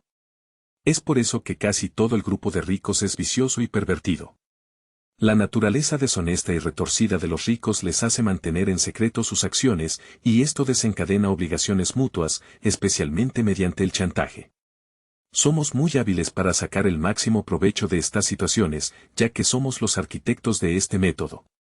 Sin embargo, se preguntó César, creo que no todas las personas reaccionan de esta manera. Si es así, ¿qué hace usted en esta situación, señor Mazzini? El venerable alzó los hombros con indiferencia. Quedan muy pocos, no vale la pena prestarles atención. Tomemos como ejemplo a Rumanía. Era muy fácil colocar a nuestro pueblo en puestos clave porque hábilmente nos beneficiábamos de la transición de un régimen totalitario, que también había sido establecido por nosotros, a un aparente estado de libertad. Previmos correctamente el comportamiento codicioso y sin escrúpulos de las personas expuestas a diversos miedos y dificultades. Tales personas son como vagabundos sedientos en medio del Sáhara que beben desesperadamente en el oasis sin importarles en absoluto su desnudez ni la opinión de otras personas. Después de la revolución en su país, no hicimos otra cosa que alentar el desastre económico, en particular la corrupción, y la tentación del pueblo rumano por el gusto del dinero. Después de un periodo tan largo de diversas dificultades y restricciones, y sujeto a un sufrimiento duradero, era muy probable que los rumanos fueran fácilmente víctimas de la oleada de tentaciones. De hecho, con raras excepciones, todos cayeron en esta trampa. En ese momento interferimos a nivel político. No debes preocuparte, ya que esto es lo que hacemos en casi todos los países. Debemos tener la certeza de que los principales cargos en el gobierno y en el parlamento están ocupados por personas mayores, muchas de ellas súbditas y fáciles de manipular. A los personajes fuertes y dinámicos, en cambio, nos esmeramos en desarrollar su egoísmo, especialmente la engañosa sensación de poder, que en su caso, no era el signo de los verdaderos líderes. Actuando de esta manera, alimentamos su naturaleza egoísta, mezquina e hipócrita. Necesitábamos a esas personas en puestos clave debido a su apetito, tanto por los negocios sucios como por la mezquindad de hacer cualquier cosa para mantener sus prerrogativas y puestos de trabajo. Lo hemos logrado casi por completo. De hecho, fue bastante fácil dada la sed de dinero y la codicia de sus políticos, todo ello acompañado de su cobardía y engaño. Todas estas características los convierten en un montón de personajes abyectos. Nos sentimos muy cómodos con esta situación, pero ahora creo que no deberíamos seguir discutiendo sobre eso. César aprovechó apresuradamente este breve descanso y preguntó, ¿para qué sirve todo esto, señor Mazzini? ¿Cuál es exactamente el propósito final de los masones? De todo lo que me has dicho hasta ahora, parece que no queda nada por lograr, pero parece que te propones algo con perseverancia. Mi querido amigo, la respuesta es bastante fácil. ¿Cuándo es el rey el gobernante absoluto de su reino y de su pueblo? Es cuando tiene el poder absoluto. Es la piedra angular para nosotros. Pronto, el poder de la dominación sobre el mundo entero debe estar en nuestras manos. Hablando sin rodeos, la sed de poder es la motivación básica de todas las personas que aceptan unirse a nosotros, políticos, líderes y empresarios. Por encima de todo, está la élite formada por nuestros venerables Illuminati, cuyo diseño es tomar el control total tanto del mundo entero como de todos y cada uno de los individuos. Hay tantos medios para lograr este plan que me tomaría demasiado tiempo describirlos. Sin embargo, quisiera ofrecerles algunas explicaciones. Estará en su mano comprender el resto y aprenderlo rápidamente junto con su integración en las reglas y la ideología de nuestra organización. Solo lograremos una completa influencia y control sobre los humanos, cuando logremos supervisarlo todo. Las fuerzas y poderes reunidos de los miembros pertenecientes a todas nuestras organizaciones conducirán gradualmente a tal totalitarismo, cuando la libertad y la autonomía individual sean supervisadas desde el momento en que nace un ser humano.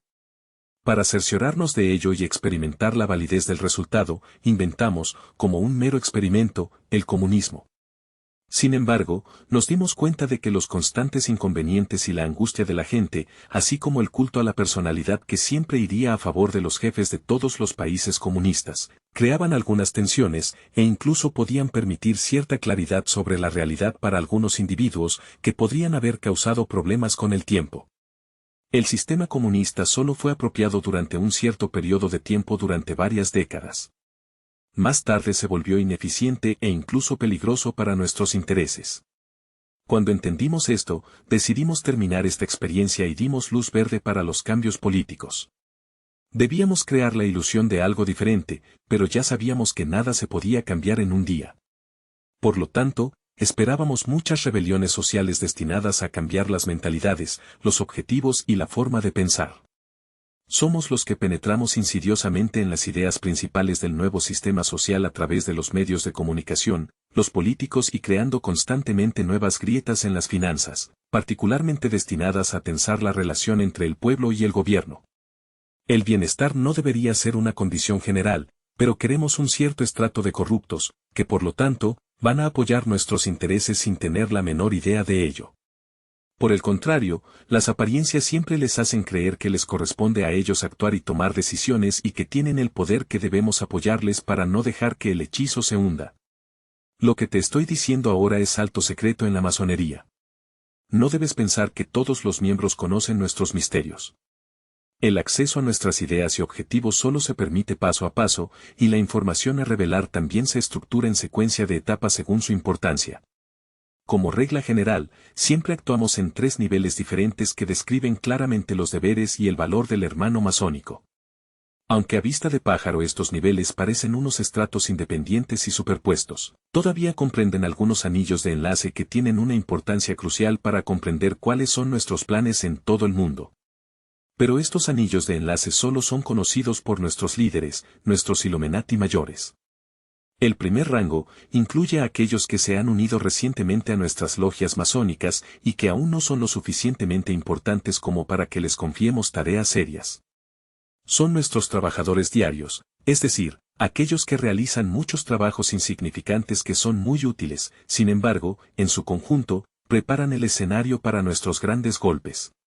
Con esto me refiero a la aparición de diferentes conflictos militares, revoluciones y la incapacidad de venganza nacional, que es parte de nuestra artillería pesada y parte de la estrategia que nuestros notables compañeros prevén.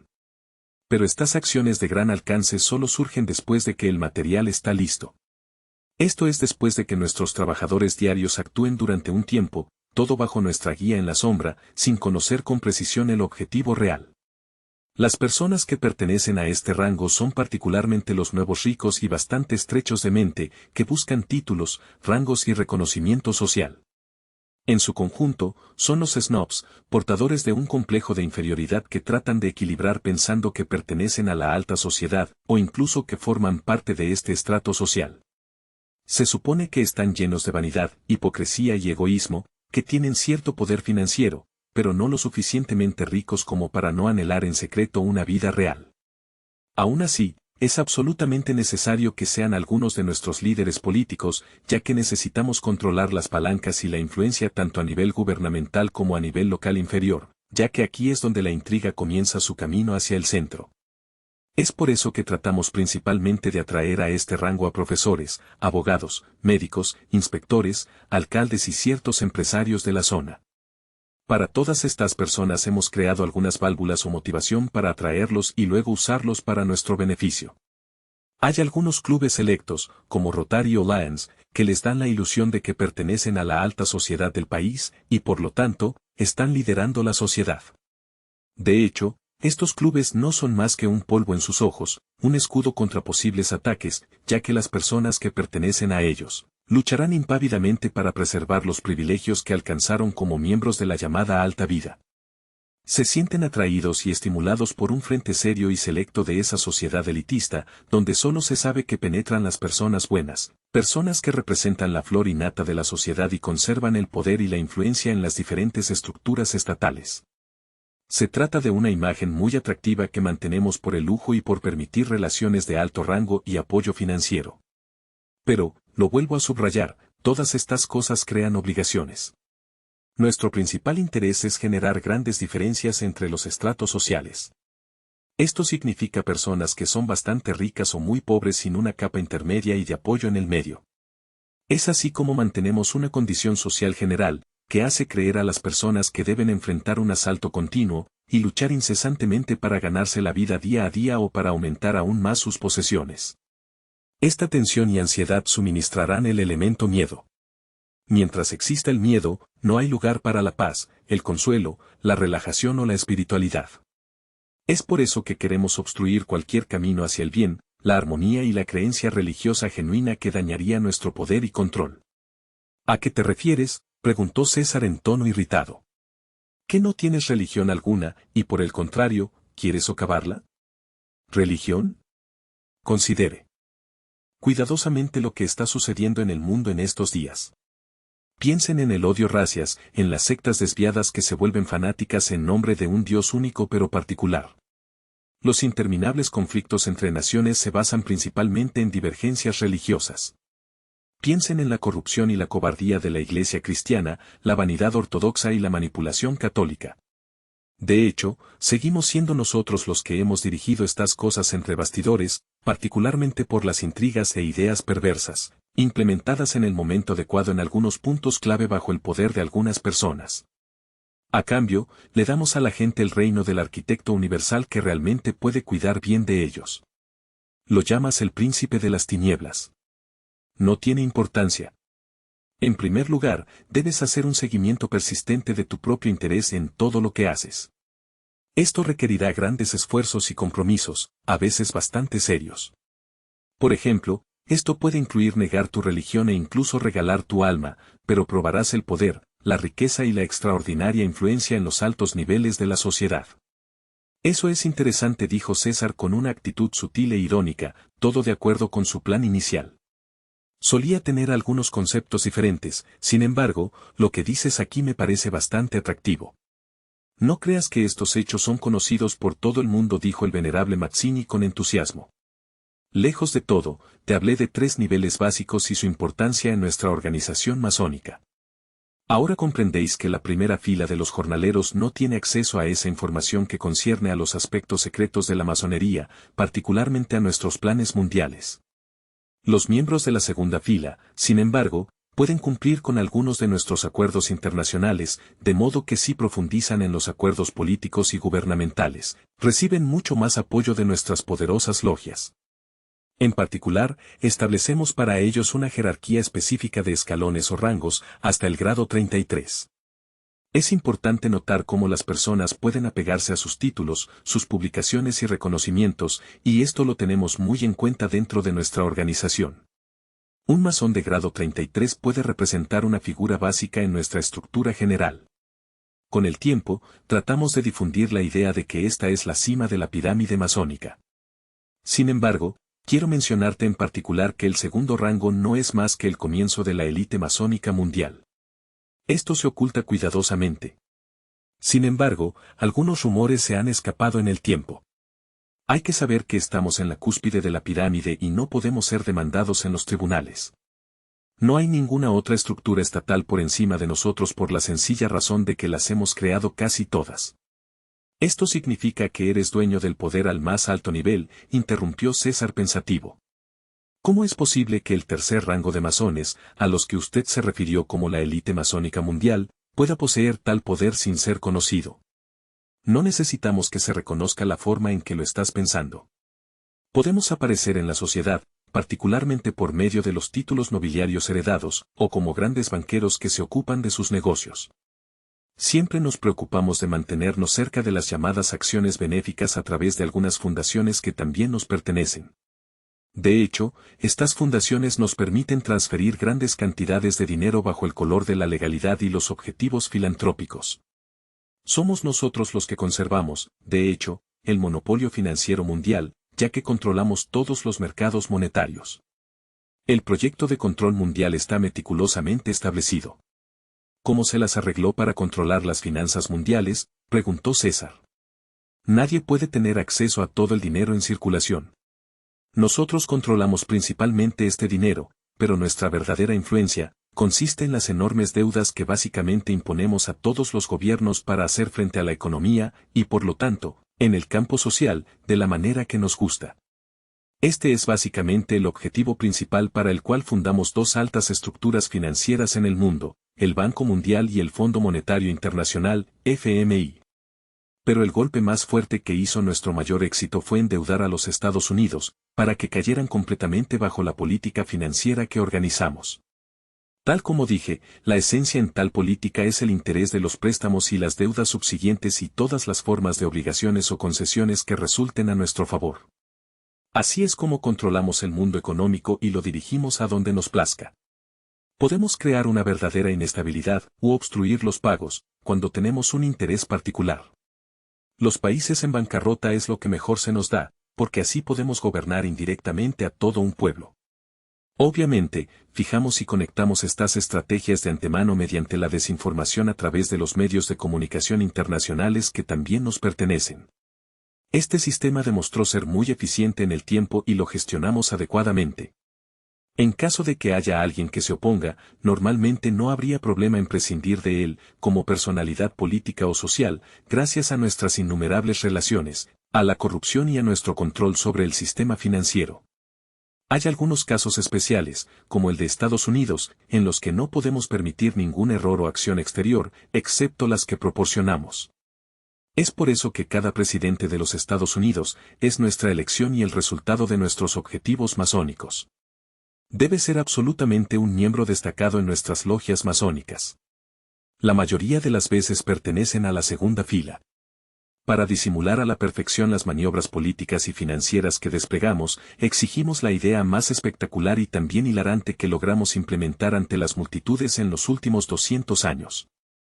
Esta es probablemente una de nuestras adiciones más valiosas que nos proporcionó una gran ventaja y todavía puede ser bastante eficiente en estos días. Puede que te sorprenda, pero suena tan familiar, democracia. El concepto en sí mismo no vale un latón, aún así, es la pieza más esencial en el engranaje de nuestros planes y es bastante popular. La razón principal es que despierta la vanidad de las personas y las hace anhelar el poder. De hecho, solo genera algún tipo de odio, pelea y tentación, lo que constituye un gran marco para la manipulación. Los juegos políticos secretos y los altos intereses financieros y de poder están aparentemente en manos de los electores. Tienes que proceder a pequeños compromisos para poder disfrutar de todas las ventajas más adelante. ¿Cuál es la ventaja que realmente obtenemos de la democracia? Por lo general, conduce a la desunión entre las diferentes capas sociales de un país y a conflictos directos entre los pueblos del mundo. La idea que promovemos con el fin de ocultar nuestros planes y acciones reales, bajo el acuerdo silencioso de todos, se refiere a la ilusión de la libre elección de cada individuo. Pero cuando tratamos con decenas y cientos de millones de personas diferentes, tan estresadas y pervertidas, su llamado libre albedrío puede ser fácilmente dirigido por diferentes métodos. La tempestad debe volverse salvaje, pero su dirección principal puede ser influenciada para que pueda proteger ciertas áreas y destruir otras. Encontramos la forma más fácil y segura de alcanzar el caos y la desunión. Verás, a pesar de las apariencias altamente caritativas y los valores morales con los que pulimos la democracia, esto en realidad esconde el núcleo del que partimos y que potenciamos con el tiempo, el odio entre compañeros, la lucha ciega por un poder fácil y efímero y la falta de unidad. Es muy peligroso que la gente se una bajo ideas o conceptos positivos y beneficiosos, porque es la única manera de que las masas se vuelvan realmente poderosas en su acción. Esta es básicamente la razón por la que a menudo perseguimos que el Estado se divida en diferentes minorías, cada una de las cuales tiene sus propios intereses, cultura y creencias religiosas específicas. Nuestro objetivo final es que las tradiciones culturales y religiosas desaparezcan en diferentes países hasta el punto en que carezcan del poder de la individualización. Entonces pueden ser fácilmente controlados y asimilados en una forma gubernamental única, que será obviamente dirigida por nuestra élite masónica mundial. Uno de los principales obstáculos que encontramos y que tenemos que superar son las diversas tradiciones de las personas y su necesidad de estar cerca de ellas. Nos esforzamos por reunir una manada de animales que responda automáticamente. Les da seno y agua en el momento adecuado y ellos ofrecen compromisos incondicionales. Para lograr esto, tal como dije antes, las antiguas tradiciones deben menguar, los verdaderos valores y símbolos populares deben ser igualados e incluso ignorados. La nueva generación debe ser pervertida en el alma y tener sus sentidos envenenados con ideas falsas, mentiras y toda clase de vicios seductores. La mayoría de las veces lo hemos conseguido. Eso fue bastante fácil para Estados Unidos, ya que básicamente no tienen ninguna tradición. Actualmente es el lugar de la Tierra donde nuestros planes se han llevado a cabo perfectamente, la sumisión completa al sistema socioeconómico con control total y opresión financiera. Todo esto está envuelto por el hechizo de las tecnologías extraordinarias y por la idea ridícula y arrogante de la primera potencia mundial. La gente necesita la convicción incluso de un poder falso. Inconscientemente necesitan algo que les dé una impresión vívida y seguridad interior. Mantenemos esta idea del poder en la mente de los norteamericanos, porque les impide rebelarse contra el sistema que les había ofrecido una idea tan cómoda de la supremacía. Además, podemos hacer un gran uso de la vanidad y la superficialidad que se derivan de aquí. Dado que son menos cautelosos y pueden ser fácilmente manipulados, los estadounidenses pueden representar la ofensiva máxima en nuestro plan para conquistar el poder absoluto en la Tierra. César quería más detalles. Ya que es solo un farol, ¿por qué se hace tanto hincapié en la democracia?, preguntó. La democracia, querido, es aparentemente algo beneficioso. Permite, de hecho, los mayores abusos y conflictos, respondió el señor Mazzini. ¿No sabes que la gente ha muerto en nombre de la democracia? Todas las leyes y principios de la civilización actual están estructurados de acuerdo con las leyes de la democracia, ¿no es así? Pues bien, el surgimiento de este polo, que es la democracia, también determinó la posibilidad de la idea contraria y de la lucha contra la democracia. Así es como obtuvimos el conflicto. El conflicto es un terreno sólido para permitir el gobierno de todo el mundo. Permítanme recordarles aquí una regla básica de nuestras regulaciones masónicas: dar apoyo secreto a ambos lados, mediante tácticas inteligentes en política y economía, y dar un hombro a cada combatiente para alcanzar el éxito que persiguen. El término y el falso concepto de democracia se convirtieron en un escudo para que muchos gobiernos actuaran libremente como quisieran, y por lo tanto, cubrieran sus propios intereses. La mayoría de los países cayeron en enormes deudas, esforzándose por cubrir los gastos militares sin importar que no estén involucrados en guerras. Les damos préstamos, pero pedimos a los gobiernos que les garanticen muchos activos, minas, bosques, ferrocarriles o varios campos industriales que son bastante importantes. Esta es la principal forma de apoderarnos gradualmente de la riqueza de un país y controlar a la gente de ese país. Sigo creyendo que la democracia es una buena idea, pero la forma en que se aplica parece pervertida, dijo César, siendo cuidadoso en su respuesta al venerable Mazzini. Eso es cierto. Tomada como concepto, la democracia solo es valiosa cuando la civilización ya ha alcanzado un alto nivel de comprensión y aplicación de los misterios del universo y de la vida. Pero incluso en tales etapas, solo debe emplearse en algunos grupos restringidos de individuos que son designados para tomar las decisiones importantes en alguna comunidad o para todo un país. La democracia no puede existir esencialmente de una manera adecuada para las grandes masas de personas en estructuras heterogéneas.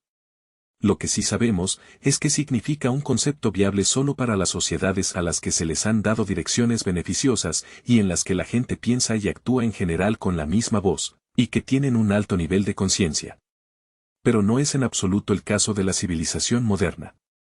¿Y la Iglesia? César interfirió. ¿No tiene ninguna influencia en este sentido?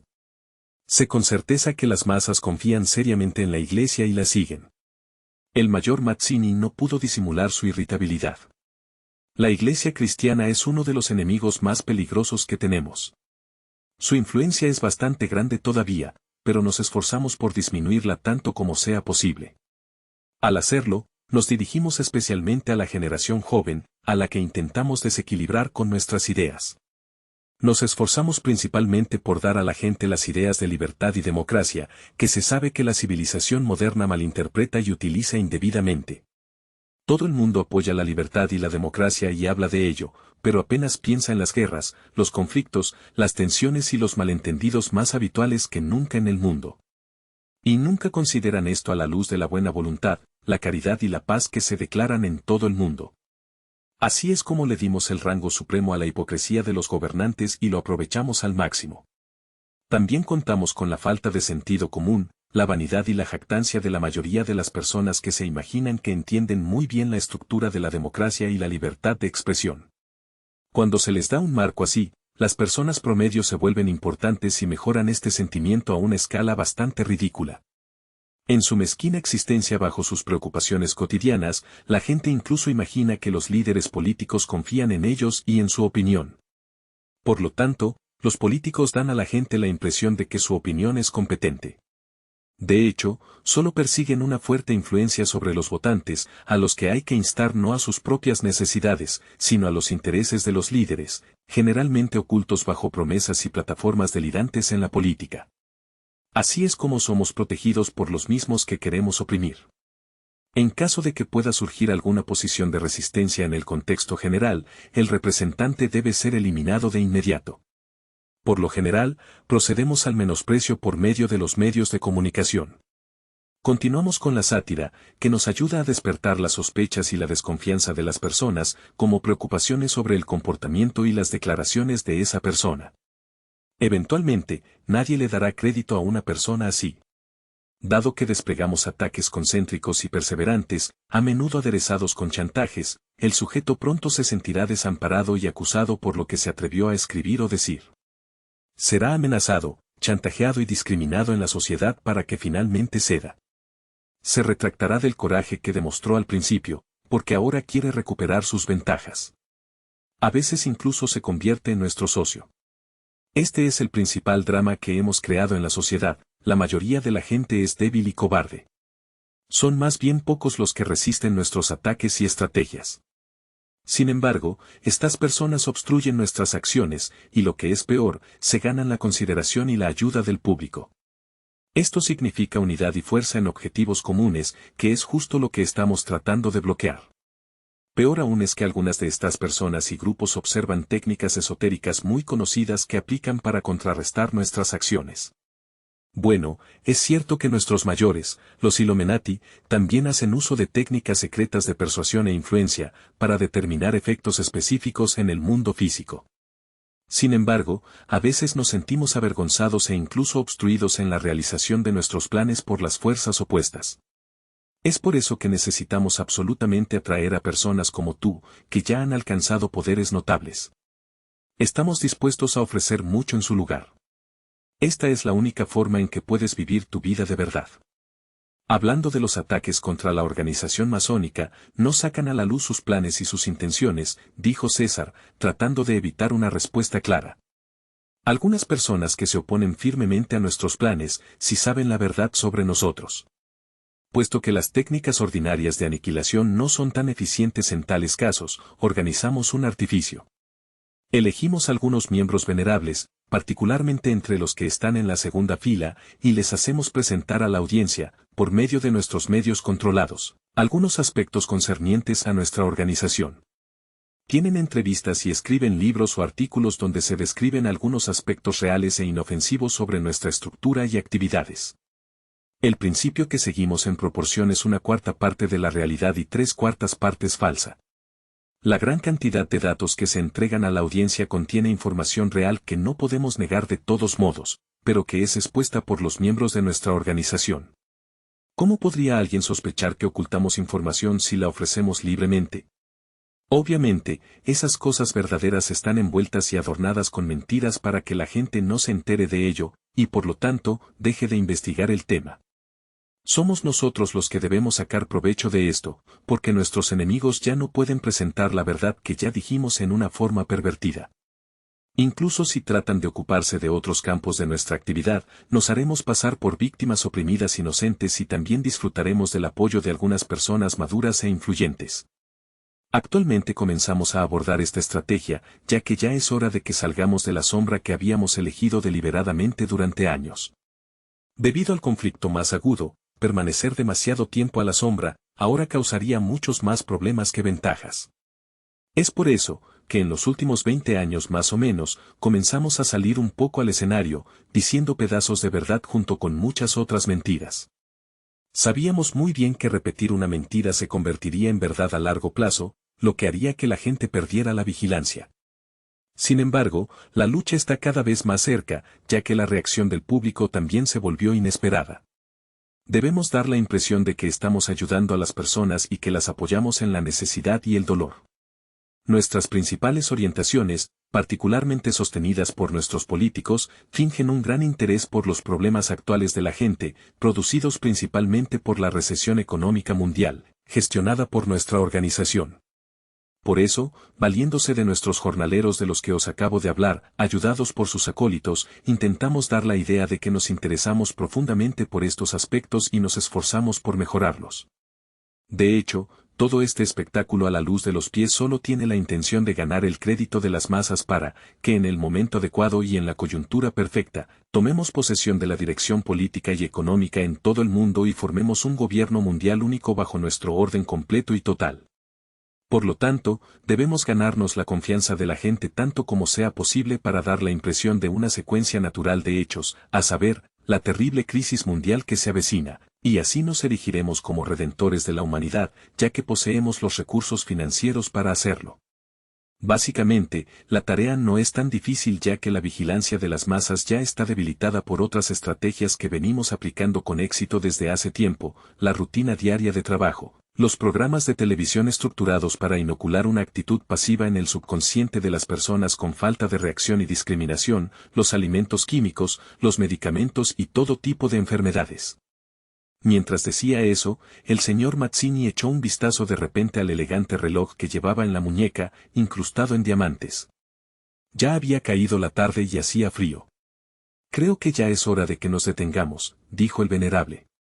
Contamos con su extraordinaria capacidad de adopción y personalmente considero que le he dejado muy claro en lo que respecta a los aspectos básicos de nuestras actividades. Esta noche me iré a Ámsterdam ya que tengo que lidiar con algunos problemas allí. También les diré a mis honorables compañeros la impresión que me causaste. El señor Mazzini miró fijamente a César durante unos instantes en actitud dispuesta. Agradezco el resultado de nuestro nombramiento como positivo y espero un apoyo adecuado de su parte en este sentido. Se supone que usted debe conocer la mayor parte de la verdad sobre nuestra organización masónica para evitar cualquier posible bloqueo de la concepción. Volveré a visitarte pronto y ese va a ser un momento importante. Debo decir que será una prueba difícil para usted. Para ese momento vamos a arreglar todo para que puedas entrar en nuestra organización. El venerable Mazzini ya se había puesto de pie, apoyado en su bastón.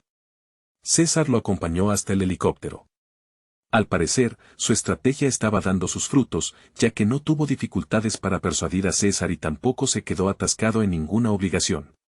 El hecho es que el señor Mazzini había sido tan reservado al abordar el tema y ansioso por dar explicaciones, que la aceptación de César se daba básicamente por sentada. El venerable tenía una fuerza sutil asombrosa.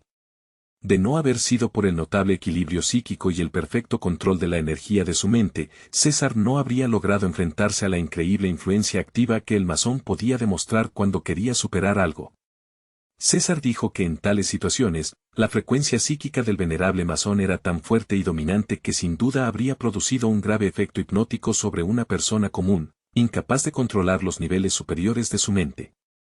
Él mismo había percibido en su aura el duro impacto de ese velo de energía, profundamente negativa, pero al mismo tiempo lo había elevado en una forma superior de energía en los niveles superiores de su mente. Su firme voluntad le permitió un control perfecto y le ayudó a estar plenamente consciente de enfrentarse al señor Mazzini. Tal vez el lector tenga una pequeña comprensión de su encuentro. Ahora que conozco todos los antecedentes, puedo afirmar que incluso para César, fue una verdadera sorpresa descubrir los verdaderos fundamentos de la discusión y la astucia detrás de ella. Sin embargo, los acontecimientos que se avecinaban, estaban destinados a dar una ventaja a César, gracias a su extraordinaria habilidad para arrastrarse en el filo de la navaja, cuando se trataba de condiciones dramáticas y tensas en las que se requerían decisiones estatales muy importantes.